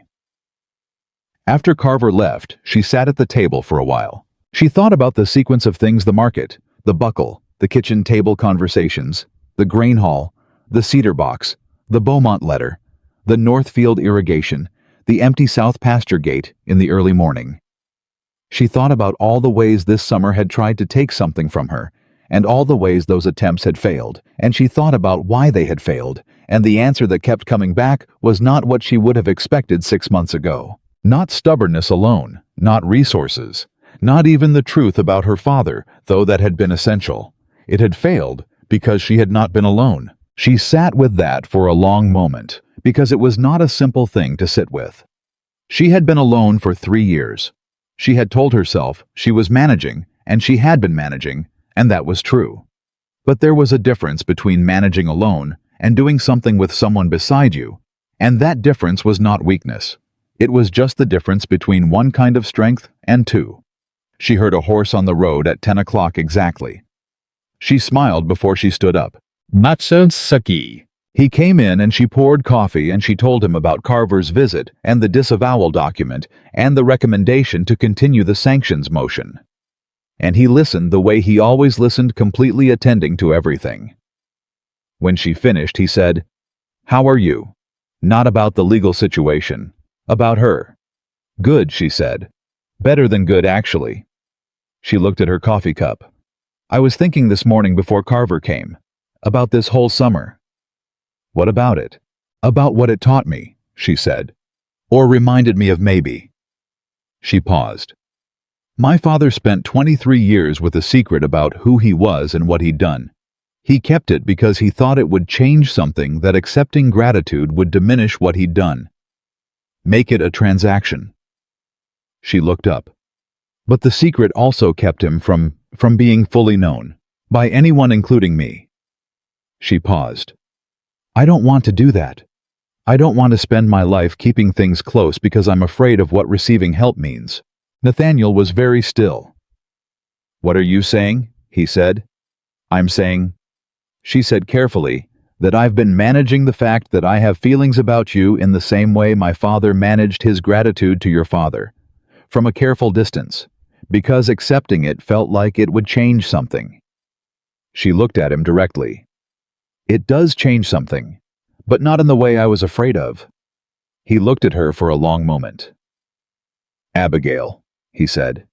Yes. I have been very patient, he said. I know. For the record, I know Nathaniel. And you are the most complicated, straightforward person I have ever met. She looked at him steadily. Is that a complaint? It is emphatically not a complaint, he said. It is an observation from a man who has been paying very close attention for several months and who finds that the more closely he pays attention, the more there is to find. She breathed out. Come to the North Field with me, she said. I want to show you something. He looked at her. Now? Now, she said.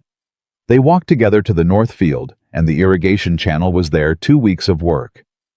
Nathaniel's engineer and her own labor, together the water moving through it with the quiet efficiency of something that has found its proper course. She stood at the edge of it and looked at it and felt the particular satisfaction of a problem solved in a way that would last. My father tried to fix this field 3 times, she said. He never had the right solution. He knew the water was the issue, but the approach was always slightly wrong.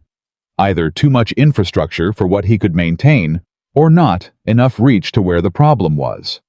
She looked at the channel. This is right. This is exactly right. You knew what you needed, Nathaniel said. You just needed the means. Yes, she said. That's true of a lot of things. He looked at her. She met his eyes. I know what I need, she said.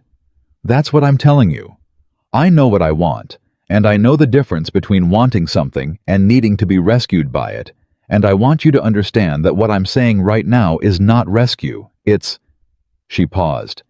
It's more like the channel. It's finding the right course. He reached out and took her hand. Not dramatically, not as a performance. The way he did everything with full awareness of what he was doing and no apology for it. She let him. Nathaniel, she said, I think you should ask me something. He looked at her. I think you've been waiting to ask me something for weeks, she said. And I think I've been not quite ready. And now I am, and I don't want to wait anymore. He was quiet for a moment. Abigail Turner, he said. I would like to spend the rest of my life paying attention to you. Not managing you. Not protecting you. Just paying attention. The way you pay attention to this field and this farm and that old horse. The way you paid attention to a brass buckle that everyone else walked past. He paused. I would like to be the person you tell things to. All of them. Not a softened version. She looked at him. Yes, she said. That is what I want. That's not a... Yes, she said again more clearly. Nathaniel, yes. He looked at her for a moment as if confirming that she meant it, which she did completely, with the full weight of someone who had thought about it seriously and reached the only conclusion that made sense. Then he smiled. The full one. The unguarded one that she had first seen at the kitchen table when she told him about the 34% yield. No, that was the other story. This was her story. She had first seen it when he read the Beaumont letter and understood what it meant. All right, he said. All right, she agreed. They stood at the edge of the North Field with the water moving through the new channel and the summer morning going on around them, and she thought about her father standing in this same field 20 years ago, knowing the water was the problem, not yet having the solution. He had left her the solution. He had left her everything she needed, including the proof at the bottom of the cedar box and the horse in the south pasture and the brass buckle polished bright on a leather halter. He had just also, it turned out, left her the connection that had made this summer possible. Paid forward in full. That was what he had written. And she understood now that the paying forward had not stopped with him.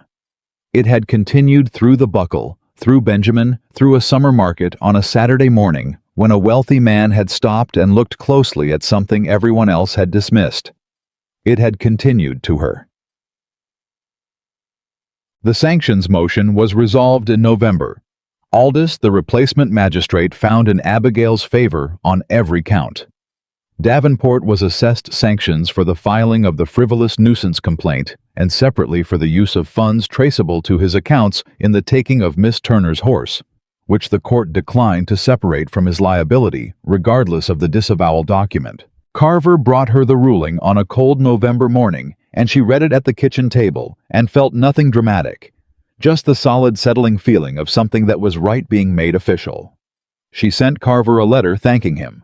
She sent Garrett a jar of honey and a note that said simply, "Thank you for keeping records." She did not send Davenport anything because there was nothing to say to a man who had spent years taking what belonged to other people and had finally encountered a situation where the cost exceeded the value. She had nothing to teach him and no desire to gloat. She simply went back to work. The Turner farm by November was a different proposition than it had been in July. The Northfield irrigation had changed everything she'd projected and then exceeded it.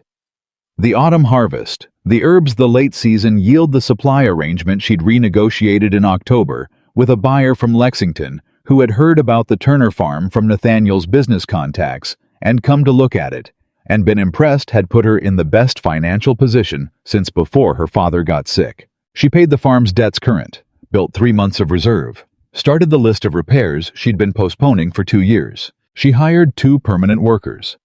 One of them was Hester, who was not from this story and should not be here. So instead, one of them was a man named Cole, who had worked the Beaumont land before Davenport took it, who knew Kentucky soil as well as anyone she'd met, and who had come to her in September with his hat in his hand and asked if she had room for someone who knew what the Northern Creek land could do if treated right. She had said yes before he finished the sentence. The Thursday sessions. No, that was the other story too. These were her sessions, her farm, her life. What she built in those months was simply this, a farm that worked. A 12-acre operation that had found its footing after 3 years of fighting to keep its ground, that had good soil and good water and good hands working it, and a woman at the center of it who knew every inch of it the way her father had known it. And Benjamin. Benjamin in the south pasture, older by the month, his coat going more gray than brown, now his leg requiring more care than it once had, his hay consumption unchanged, and his opinions about mealtimes as firmly held as ever.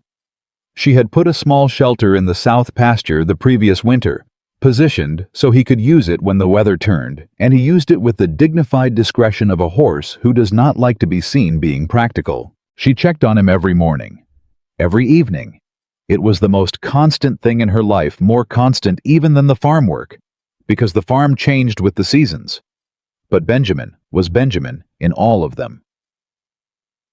Nathaniel proposed on a December evening, not in public, not with an audience. In her kitchen at her father's table with the cedar box on the shelf behind him and the sound of the wind outside, and 2 cups of coffee going cold between them because they'd been talking for 2 hours and had forgotten about the coffee. He did not make a speech. He said what he meant in the direct way he always said things, and what he said was this: I spent my whole life looking for things that were worth something. Land arrangements, investments, things that would demonstrate their value clearly, that could be measured and assessed and found sound. He paused. And then I came to a summer market and saw an old horse that everyone had already decided was worthless, and I stopped, and I looked closely, and everything I thought I understood about value turned out to be incomplete. He looked at her. You are the reason I looked closely. Not the buckle. You. The way you walked that horse down that market road like he was worth every step. I looked closely because of you, and I have not stopped looking since. She looked at him across her father's table. Ask me, she said. He asked her. She said yes.